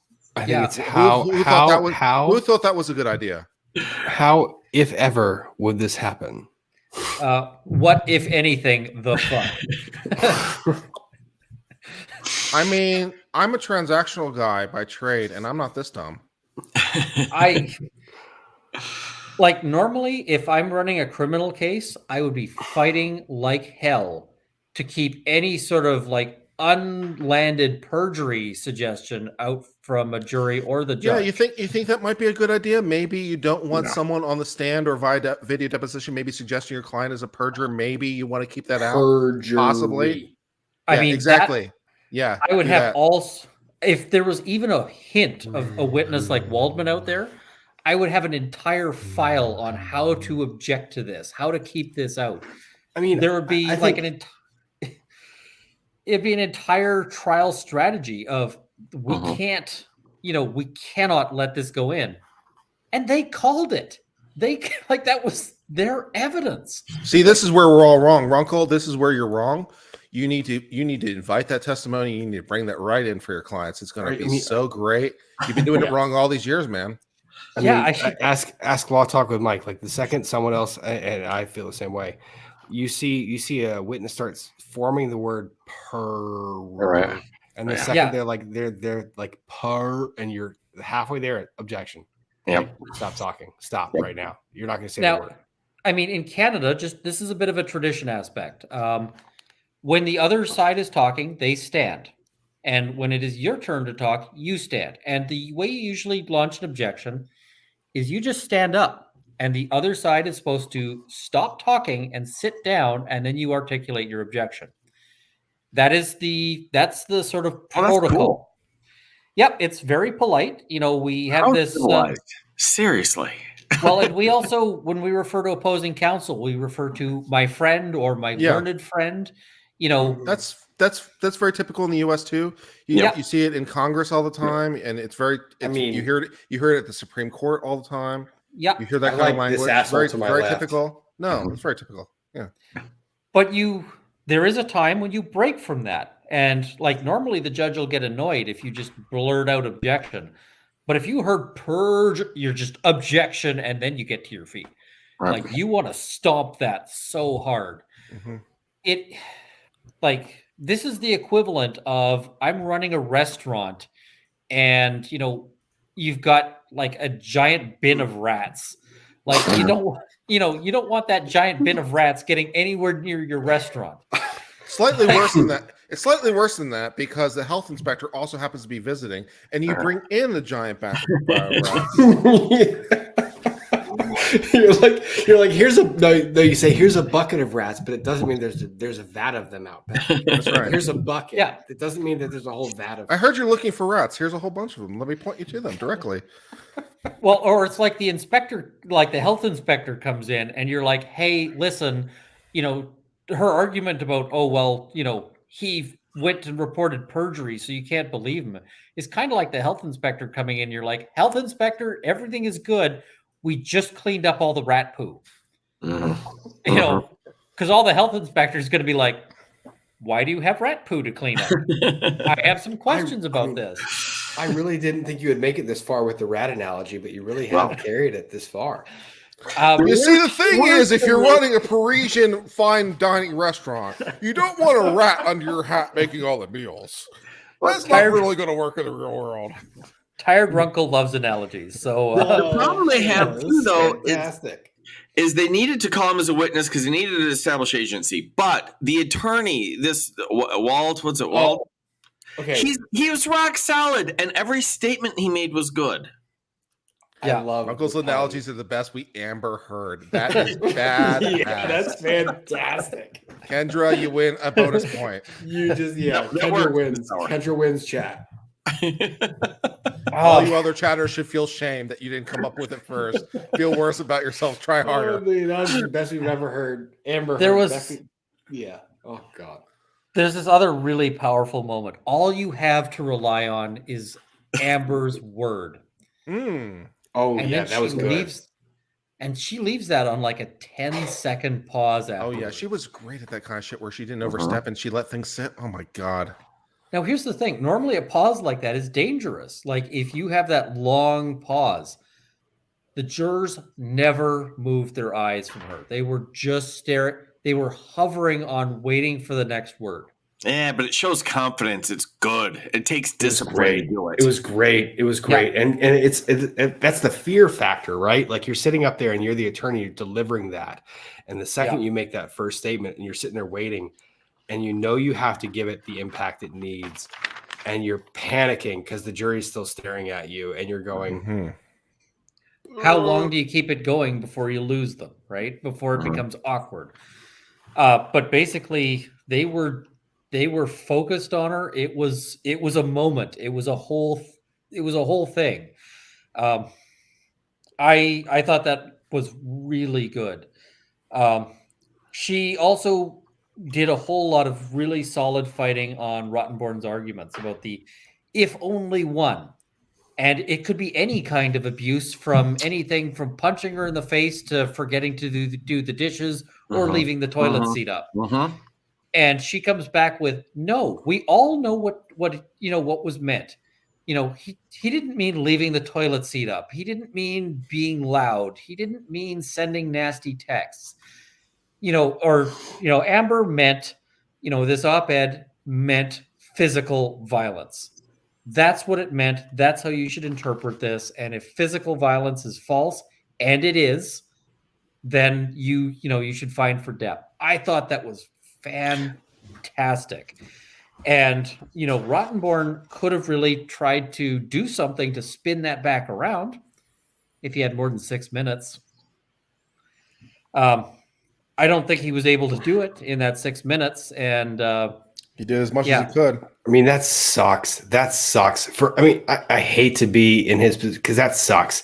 He was on a roll. He was doing so well. And I don't care what side you're on. Good litigators are good litigators. And when you watch them practice and you watch them when they're in their flow, there's something so cool to see. And Rottenborn had he just had it today. I don't know what it was. Even that little counterpunch he did at the very end, that little 6 minutes, he had 5.5 minutes and he made them all count. If he'd had 10, then you're actually going, he could do damage, but he only had 6. Yeah. And she also made the line, Mr. Depp does not deserve to be known as a perpetrator. And Juror B, who unfortunately not on the list, was nodding emphatically to that. He was like, he was agreeing with that. Most of the others were, again, this was a real poker-faced group. But, and then she finished, she had 5 minutes to spare by my count on the clock when she sat down. Something like that, yeah. That's a big deal when they're sitting there, going, we got time to burn on this one. Rottenborn, by my count on that, finished with 15 seconds left. I count 30 on my clock, but yeah. Yeah, it was real close. He had it regimented. He knew how much time he had. It's 6 minutes. He had the lunch break to practice. He got it down. I cannot overemphasize how good I thought that was. It was great. He did wonderful. Now he starts out with her evidence is corroborated, which sucks. You have to say it. I would say it too if I was in his shoes. Yeah, right. But it's a weak opening because it wasn't corroborated. You have to say it because she has no credibility, so you have to pretend that you thought the other witnesses corroborated her, but it still puts you in a horrible position. But the thing is, you gotta give him the man a break. He had 6 minutes. Yep, he did miracles with 6 minutes. The guy walks into a house on fire with 6 minutes left to go. Right. He puts out the oven, he puts out the furnace, he puts out, several, or he tries to.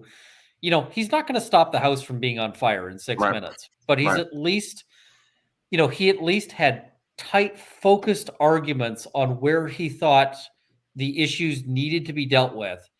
And, I don't think he had enough time to really win on any of them, but at least he could throw something up there, right? At least he's getting something out there on them, because at this point what they're hoping is that there's at least one juror in that room who is pro Amber, and they want to give that juror something that they can take to the other jurors and argue with, and not just that, but something that they can take to themselves and argue with and say, I am relying on these points. This is what convinces me. That's all he's really going to be able to do, is say, here is the ammunition. Here is the roadmap. If you're on our side, here's what you argue with the other jurors. Please go do that. If he had 30 minutes, I think he could have done some damage. Yeah. But again, if he had an hour 15, I think, it's the same problem as before. He would have gone too far. Too much time. He has too much. Yeah. He would have muddied his issues. Their whole team does better with constraints.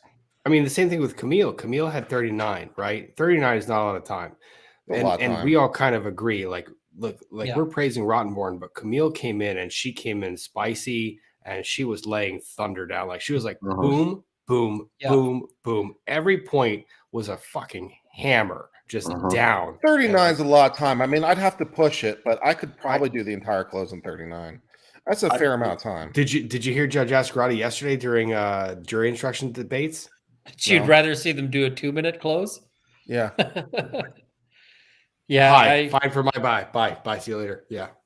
Yeah. I mean, this is a 6-week long trial, and as much as I think that you could, I think you could write a really focused 20-minute close for this. Yeah. But there's a lot of things to cover, and especially I think there's a lot of things to cover for the Depp team because they've got a lot of places where they've made inroads. I thought they did a really good job at when she's going over, let's talk about how many witnesses had to have committed perjury.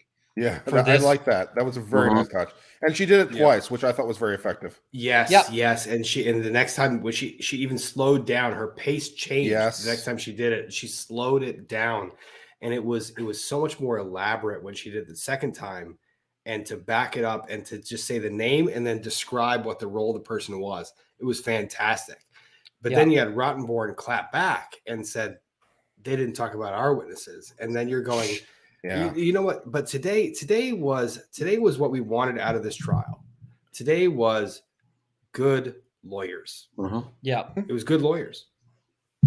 I like how Camille called him a liar several times, and that's a very difficult thing for an attorney to do because from an attorney perspective, we want to beat you on the law and everything, and we don't want to reduce ourselves to attacks like liar. But ultimately, she is a liar, and it's an element of the case that you're trying to make. You're saying she lied and defended me. Yeah. So not only should you not listen to her on all the elements, but it's part of our case. She's a liar and she made stuff up that hurt my client. So you got to say it. You got to be comfortable, but you got to earn it first. Yeah. Yeah. And I feel like they did earn it and that they did, yeah. So then we get to the sort of big moment that everyone's been talking about, the alternates. And they list off jurors number 3 and 14 by the court standard. And of course, the first thing we're trying to do is figure out who the heck that is because they're wearing numbers that indicate which juror they are. But they walking forward, and then they sit down. And I was actually trying to get the juror numbers all trial, and I couldn't because they just weren't super visible. So when they're like jurors 3 and juror 14, I'm like, okay, well, maybe they'll ask them to leave first. Nope. Maybe they'll stand up and I'll get a last minute chance. Sure, the jury stood up, but only after the lawyers did. And then I've got this wall of meat between me and the jurors. And so I'm going, okay. So I knew it was juror H, though. When they said juror 14, she was visibly crestfallen. And, she had been very sympathetic to Depp. She'd been very, she really liked Camille Vasquez. And my read on her crestfallen thing is I think she wanted to go into that jury room and deliver on the Justice for Johnny Depp hashtag. I think she wanted to go in and be like, hey, I feel that this is a travesty that, this has happened, that he's had to, to deal with this. And, I want to bring him some justice. And she was disappointed that she couldn't do that. I suspect she's at home right now, kind of hoping that, a couple people die. that the courthouse cafeteria serves some bad sushi and, a couple people just end up unable to keep going. She really wanted to be in that deliberation. I mean, that would piss me off on every possible level to sit through that much trial. I mean, to sit through any trial, really.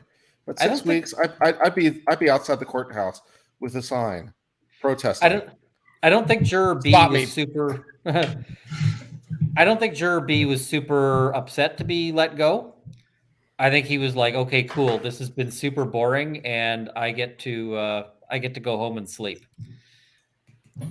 That was kind of my take on his reaction. I think he was pro Depp, but I also think he was pro going home. So, yeah. Both things I can relate to. Yeah, I mean, I'm sure Runkle could too at this point, right? I am really like the whole thing of sleeping in an actual bed is just magic at this point. Uh, Like these are the best You invention we've have come a up. bed. Yes, and I mean I'm going to get to sleep in one in a bit here, but I've been Whoa. doing too much concrete sleeping. Um, you know, I get to go and see my dogs, my dog, you know, like all of this stuff. I'm just like, I have really enjoyed this, and you know, Rob is fantastic. I also just kind of miss not doing this in some, you know, in some fashion, if that makes sense. Like, just you know, this has been really kind of dialing everything up to 11 all the time. So I Right. get, you know, and the jury has been visibly tired. They've been like when they told the jurors, like, listen, we're definitely finishing up on the 27th, you could see the relief on their face. You know, um, that was, you know, yesterday when they said this will be the last day. You could see them relieved, like, thank God this is gonna be over. Um, there and so after this, you know, the jury was thanked by the judge, and then they sort of were let out. And there's this moment where they were thanking the bailiffs because, of course, the bailiffs have been dealing with a world of bullshit. You know, you've already heard about the stuff with the line. Uh, some additional details about the stuff with the line. They've had people hiding in bushes to try to avoid the bailiffs setting up their sort of "you can't line up yet" perimeter. Oh, geez. Well, that's a good strategy. They've had people like leaving garbage. They've had people get in who shouldn't have gotten in. Like there was that woman with the baby going, you know, when will you admit that this is your baby? Like Right. this is, you know, this doesn't happen in the usual trial. And, you know, Fairfax, Virginia, as it's a really nice place, I kind of feel that it doesn't get a lot of this kind of action. Not This really, is no. And they were doing things like today, they had a ton of bailiffs out there. They'd actually pulled them out of the detention facility. So they're pulling detention facility guards out to help manage the line. The bailiffs absolutely deserved to be commended, and you know, and they were. And then they sort of go over to Ben Chu responds to, well, I respectfully agree with my colleague. And you know, it was kind of a bit of a slip in that he's been disagreeing with her all trial.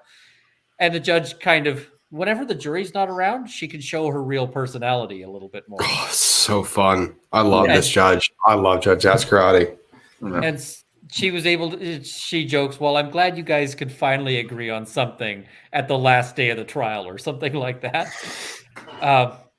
She was actually a lot of fun whenever the jury's not around. And I think that really speaks to her professionalism. When the jury's in there, super poker face.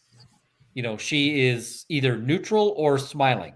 She's never really indicating that she's mad at somebody. There were a couple of exceptions to that, but and the one exception Elaine, to that, microphone. Elaine, microphone. There seem to be some microphone problems today, as a matter of fact. yeah, the other one that just really stuck out as a moment when she got annoyed was Rottenborn got up, and I think I accidentally blocked the wrong person. Apologies to wrong person. I was trying to hit a bot, but only you can fix that. And you have to fix in the back end. It's a pain in the ass. No, actually, you can unban them from here too. It's a 5-minute timeout. I'm not going to go through the back end. I'm just going to say, Tracy, I am sorry. I was trying to tag that bot. Mods, if you're still out there, if you could tag that Tinder bot, that would be fantastic. Yeah, it was tagged. It got tagged 2 seconds after you let it go. All right. So, what is it? Yeah, she's been very regimented, but there was that moment where Amber's back on the stand getting cross-examined in that, you know, and doing her whole why thing, like, why is this happening? But Rottenborn is now, you know, on redirect, and he says, was any of this evidence fake? And Judge Ascarati was just looking at him like, and immediately after he finished his redirect, she was like, counsel, and just does the like 2-finger, you're coming up here. I'm wondering if she didn't basically say something along the lines of, we have so much indication that this evidence is fake. You should not have asked that question of your witness. Because, and I'm not going to say that I know that he was suborning perjury or anything like that, but I think that there's a legitimate concern about it here. That evidence, the evidence of fakery is so blatant that I wouldn't have asked that question. And I suspect that Judge Ascarotti basically said, I don't like what you just did there. I don't think you should have done it. And I don't want to hear it in closing. I do not want to hear that in closing. And we didn't hear it in closing. That's my bet on what she was, saying there. So yeah, that was one of the very few moments when I actually saw her and she looked like she was pissed. So yeah. The other thing I'll mention is that after court, I saw Benchu and Rottenborn run into each other in the hallway, and there were very few people around at this stage. Most people, like Johnny Depp, has left, so they're not interested anymore. They're out. But they actually shared a handshake. They congratulated each other on a well-fought trial. They had a little bit of friendly banter. There was a joke. What is it? They're pulling all their stuff out of the courtroom because they don't need it anymore. So Benchu's coming out with a whole bunch of boxes, like bankers' boxes. And there was a joke about, I thought this, or turns out this is Johnny Depp's fan mail. They're able to sort of joke with each other. And I really like to see that. I really like to see sort of lawyers behaving in a collegial fashion. This was a very contentious trial. And some of the submissions there were really the kind of thing that it's easy to get pissed about. When they said, they want you to believe this, and that's disgusting. That was a line from Rottenborn. I'm glad that they're able to sort of see that this is just, this is part of what advocacy is about. And, you can move past it and have a handshake. And it seemed very genuine and very friendly. Tons of people in the chat have been asking me about a rumor that Elaine was in the bathroom crying. I didn't see that. I don't see. I'm not going to give that too much. Even that, put that out of your head, because here's the thing: Vasquez, Camille Vasquez, her husband was in the gallery. Yeah, and as were all the young attorneys, their significant others were in the gallery. And you saw them walk up after argument was done. And Camille Vasquez was noticeably emotional after just doing something that was so significant. You guys, that's a huge emotional burden to keep bottled up. And you do it, and you do it with that composure. The second that you are no longer under that pressure, and you find someone that's comfortable, and that's your husband, she hugged him, and I'm pretty sure I turned away because I was like, they need that moment to themselves, because you just crumble. There's nothing that's going to hold you together. You're going to fall apart. Yeah. So it doesn't, don't read into it. The other thing is I wasn't there for the second. I didn't make it into the courtroom for the second part of Amber Heard's cross-examination. I saw the first part, that first 2-hour window that they gave them for some unfathomable reason. But Camille came out and she was hammering Amber during that 2 hours. It was a really good 2-hour cross that then she got to continue on the next day. And after that, she was visibly emotional. She was she's sort of fighting back tears because it's such a emotional it's an adrenaline dump, and it's an emotional thing, right? And people were congratulating her on a great. I actually went up and said that was amazing. And she was clearly sort of overcome with emotion. There's a lot of things that can go on in this, and so I don't know what was going on there, but you got to figure just being done with this has got to be such a tremendous relief at this stage. And I also just want to say, this has not been, I don't think this has been very fun for Ms. Broderhoff. No. This, and I got a tremendous amount of sympathy for her, because you've got people giving her crap. And some of it is, I mean, some of the things I will say, I don't think she made the right, thing, or she's weaker on this. I don't think she's a bad lawyer. In fact, I think that she probably does really, I like her work in depositions was really good. I think she's just not the best as a trial lawyer. And that's unfortunate because this is a trial, but I suspect that she does really good work in terms of getting good results for her clients, that she really cared about this file and was putting a lot of work into it. And it was really thankless.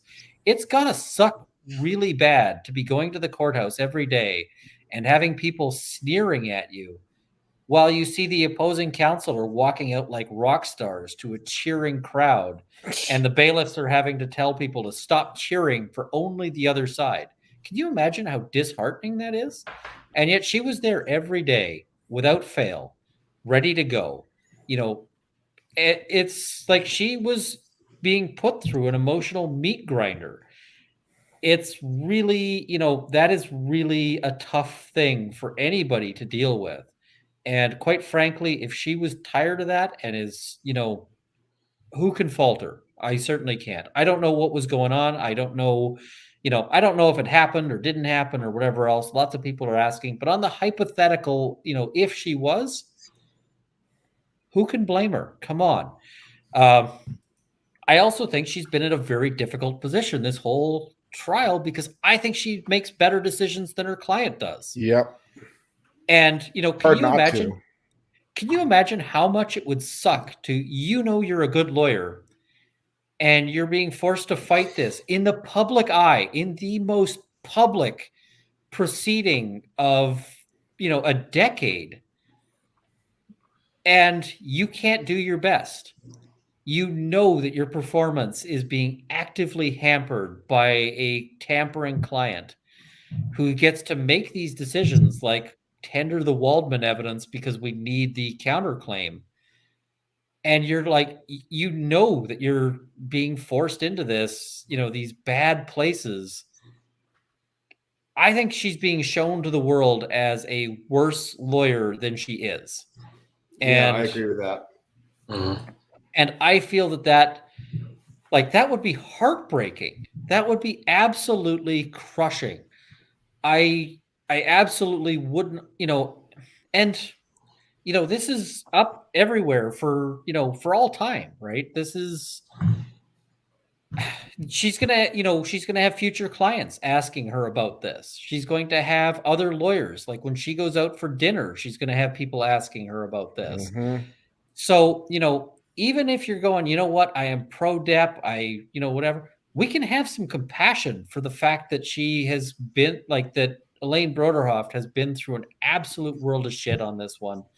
And that, it's been difficult. I see somebody saying, oh, well, she took the case. Well, yes, somebody has to. And you know what? I give credit for standing up and saying, I will take the case of somebody unpopular or somebody who might end up being unpopular. Everybody deserves representation. That's kind of the thing there. I mean, somebody else might have bailed out on this file, earlier on and said, okay, well, you're on your own. Yeah, there were some things I will acknowledge that I didn't like and that did reduce my sympathy. I did not like her sing-songy mocking of Johnny Depp's voice. I thought that was beneath her. I thought she shouldn't have done it. She pushed the ethics line in her clothes. Yeah, she did. She did push the ethics, like the way she was phrasing the evidence and the legalities. I was like, don't like that. Do not like that. And the other thing where I was going, I don't like this at all, was the Waldman deposition.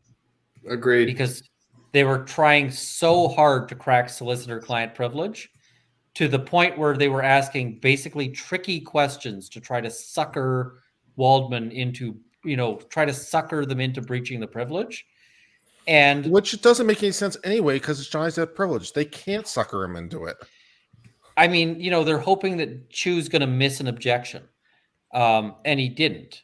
But the problem is that normally it's tough to waive solicitor-client privilege. Normally it's tough to actually get through that. It's got to be something fairly overt. We normally don't want people to lose that privilege based on some sort of mistake. If I send a letter to my lawyer and I accidentally CC the other side, I haven't waived privilege. And in fact, at least where I am, the other side would have an obligation to delete that email and forget what was in it. I've had materials delivered to me by accident. I had another lawyer who they actually put the wrong address on on a courier sheet. And I got a box of stuff that I was not supposed to get. And they called me and said, I think something's coming your way. And they got that box still sealed. Like I didn't open it because it's solicitor client privilege material. It goes right back to them. That's how that works. I did not like that she seemed to be trying to, and it's the only argument they've got, but I thought they went too far on that. No, this is kind of where I lose the plot a little bit on giving her mercy, because I'm willing to forgive a lot, because I totally appreciate that the lawyer is not the client and the client is not the lawyer. And I appreciate that she has a tough client and an impossible client. And I'm willing to forgive a lot in terms of decisions that she made. But when you start pushing those ethical boundaries, it's like, I'm, not a happy camper over here, because I take those ethics seriously. There's a fundamental duty of honesty to the tribunal. And it's like, I have a duty to zealously represent my client, but I have a duty of honesty to the tribunal. I can't misrepresent the law. I can't misrepresent the facts. I can put them in different contexts, but it just made me very uncomfortable. And the problem that we end up with is that people are imperfect. Nobody comes in wearing a halo unless it's Amber Heard wearing her halo. Or Vasquez with the heaven from on high thing. Yeah. People have good aspects and bad aspects. And this is really a trial that has dragged a lot of that into the public eye. This is kind of a trial where we may have situations of people who've done things we greatly disagree with, and yet we can still have some sympathy for. I'm going to go and say I've got some sympathy for Amber Heard, not in the sense that, like some of the stuff I think that she's done terrible things from my read on this, right? But at the same time, she's broken. I would like to see a world where she is not broken. And I don't know if that exists. I don't know if she has the capacity to get there. I'd like to see a society where she's purged from it. Come on, man. Kurt. I'm running a channel here. You can't say stuff like that. You're going to get YouTube to shut me down here. But the thing is, that doesn't forgive any of the stuff she's done at all. And it doesn't say it's okay with it. But we can still go and say, it's a complicated mess of a world, right? It's a complicated mess, and she got some good publicity out of this. Her profile is raised tremendously. Yes, she's going to take a lot of hits for it. Yeah. I commend all of them. I mean, I go and try a 2-day jury trial, and I want to pass out for like a 4-day weekend, like die, like fall apart. Yeah, it's. I'm seeing Camille for Aquaman 2. That would be a hell of a recast. I mean, Mike, like a one day bench trial. Mm-hmm. Like you walk out of that and you feel like you're starving, you're dehydrated AF, and you fall asleep for a solid 12 hours. A 3-day bench trial, and by the 3rd day, you forget what state, city, planet you're on. If you have real issues and an opposing counsel that you respect, which you often do. Yeah. Like, I mean, if it's sort of some pro forma thing, that's not that hard. But if you're really like fighting some serious facts and you have a good opposing counsel, it takes it out of you. It's an emotional drain. Yep. And I mean, the thing is that it also really depends on what opposing counsel's like, because sometimes you'll get opposing counsel who are really difficult, and occasionally who are really, hostile personally. That I hate.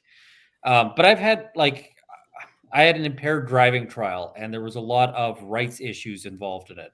And so it was really hotly contested. There was a lot of passionate arguments on both sides. And, we're having to do things like saying, well, my friend, while I respect my friend, his position on this argument is ridiculous, and that kind of argument. And, it was really head to head. And we ended up, it was scheduled for a 1-day trial. It ended up being 1 day that ran really late. And then we had to come back for another like half day of argument on another issue. And then we had to come back for an actual verdict and sentencing. Because we ended up getting sort of a split verdict where they said your rights are violated, so we're going to cut your sentence way down, but we're not going to, we're not going to throw the case out entirely.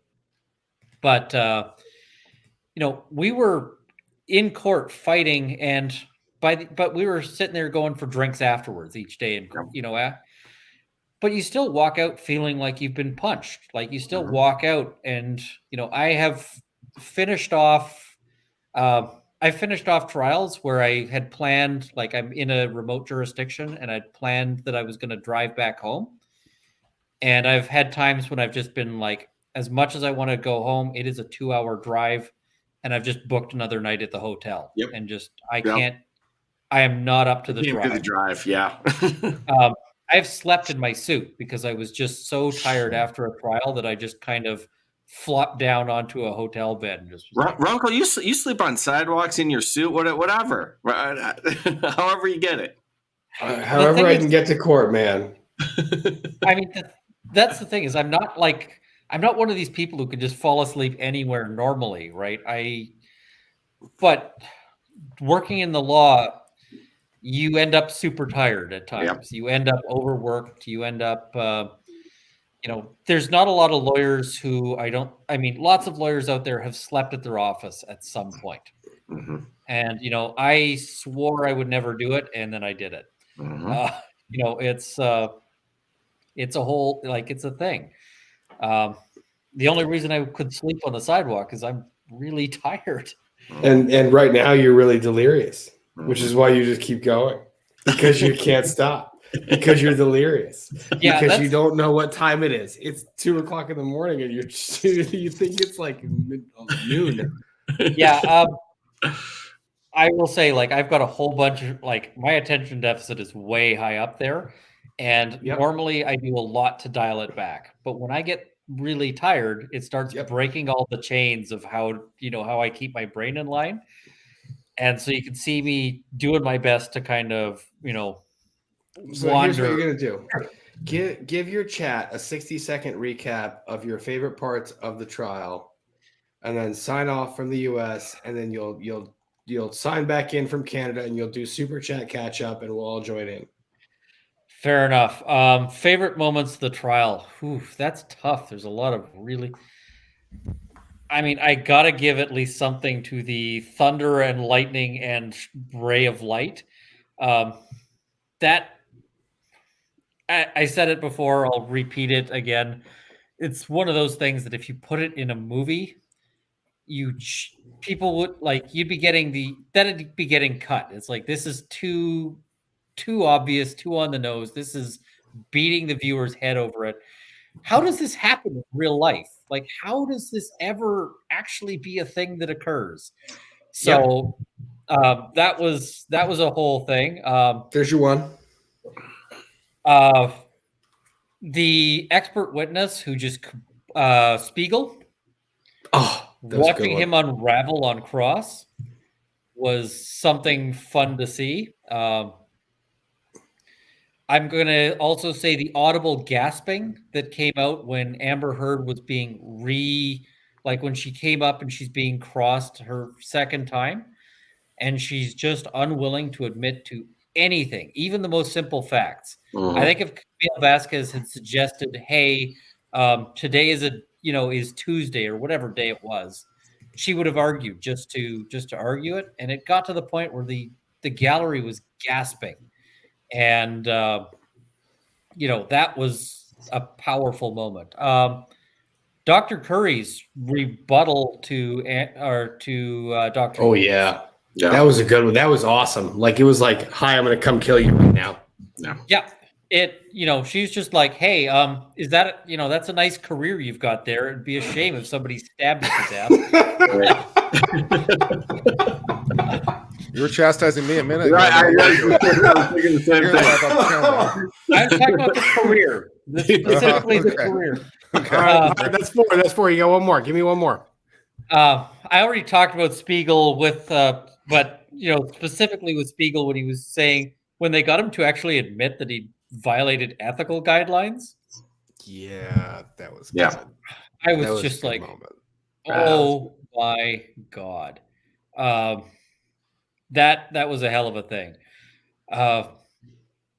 Yeah, I really this was a wonderful trial to watch because there was so much there's a lot of good lawyers in that room and there's a lot of money that allows them to do a lot of things that normally lawyers can't, right?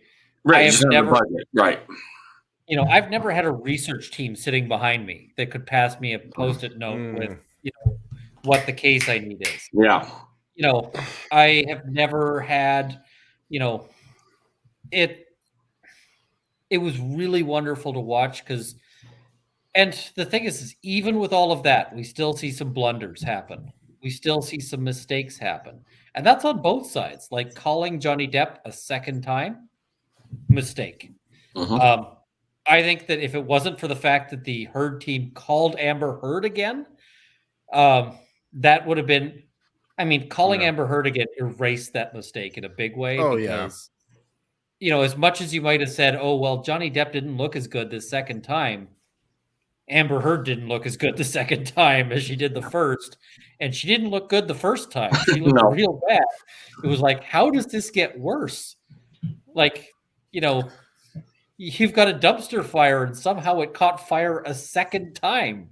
Don't go down that road again, Runkle. Don't go down that road again. There were a lot of great lines. I think one of my favorite lines, because it hadn't really occurred to me, was Vasquez's when she pointed out that the only live witness for Amber Heard was her sister and the experts she paid. And everyone else is video deposition. She literally doesn't have a single friend there. Oh, I would have when objected. Vasquez pointed it out, I was like, that was such a dagger. I would have objected to that.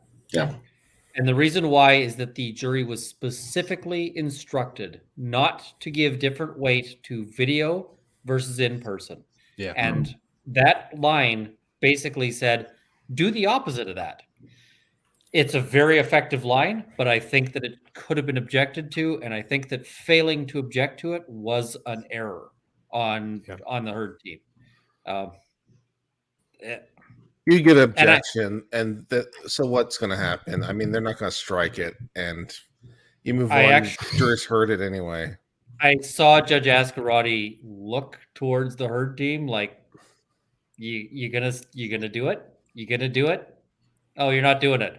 Because she's been very some judges will weigh in and sort of object on their own motion to things if they she has very much the jury already knew. They knew. The jury already made that conclusion. That's the difference.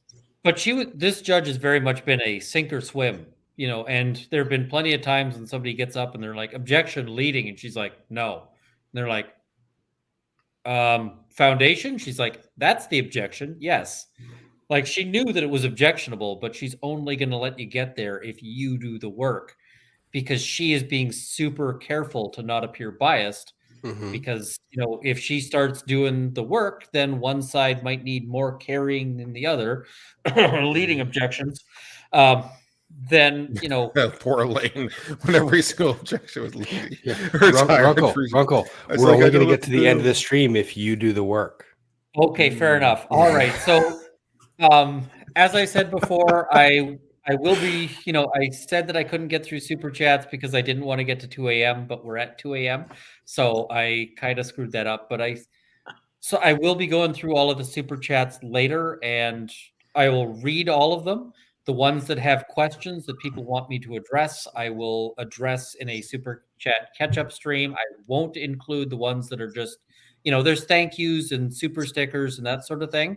And I appreciate them. I will, as I said, look through all of them. But I'll try to address the questions and those sorts of things in a super chat catch-up stream, which will happen from Canada. So I want to thank everyone for joining me. That includes you guys, the chat, as well as my panelists here. Uncivil, looks like you're over 90,000. So the next, we're doing great, man. He blew by it. Yep. Uncivil's at 91. Law Talk with Mike is at 46,800. Runkle, you are at Nice. 183,000. I think we've got about 16 or 18,000 likes on this video. If you wouldn't mind hitting like on your way out, that would be fantastic. If it's empty, Kurt, what did you say? If it's empty, if it's an empty thumbs if it's up, red, it's angry. It's angry. That's right. You. That's right. I like that one. No, Yeah, it's red because it's angry with you, and you can fix the problem. It's angry because it wants to be gray. It's gray inside, and you won't let it be. Why won't you let it be the gray subscribe button? It really feels on the inside. Click the red subscribe button, and it will be less angry, and you can help it be the gray subscribe button it was always meant to be. Be the change in the world we all want to see. Click that red subscribe button today. All right. So thank you, everybody. And Thank you. we'll see you guys next time. And off to maybe eat something. Did I do that today? I think I actually had a couple. You had like a granola bar. There's food in the fridge. Right. I had like 2 or like 4 chips with salsa and a margarita. That's my food for the day. So I'm going to fix that. I'm going to get some sleep. Try not to do the thing where I, put myself into an early grave with, poor sleep and diet and so forth. And see you guys. All right. Good night. Everybody.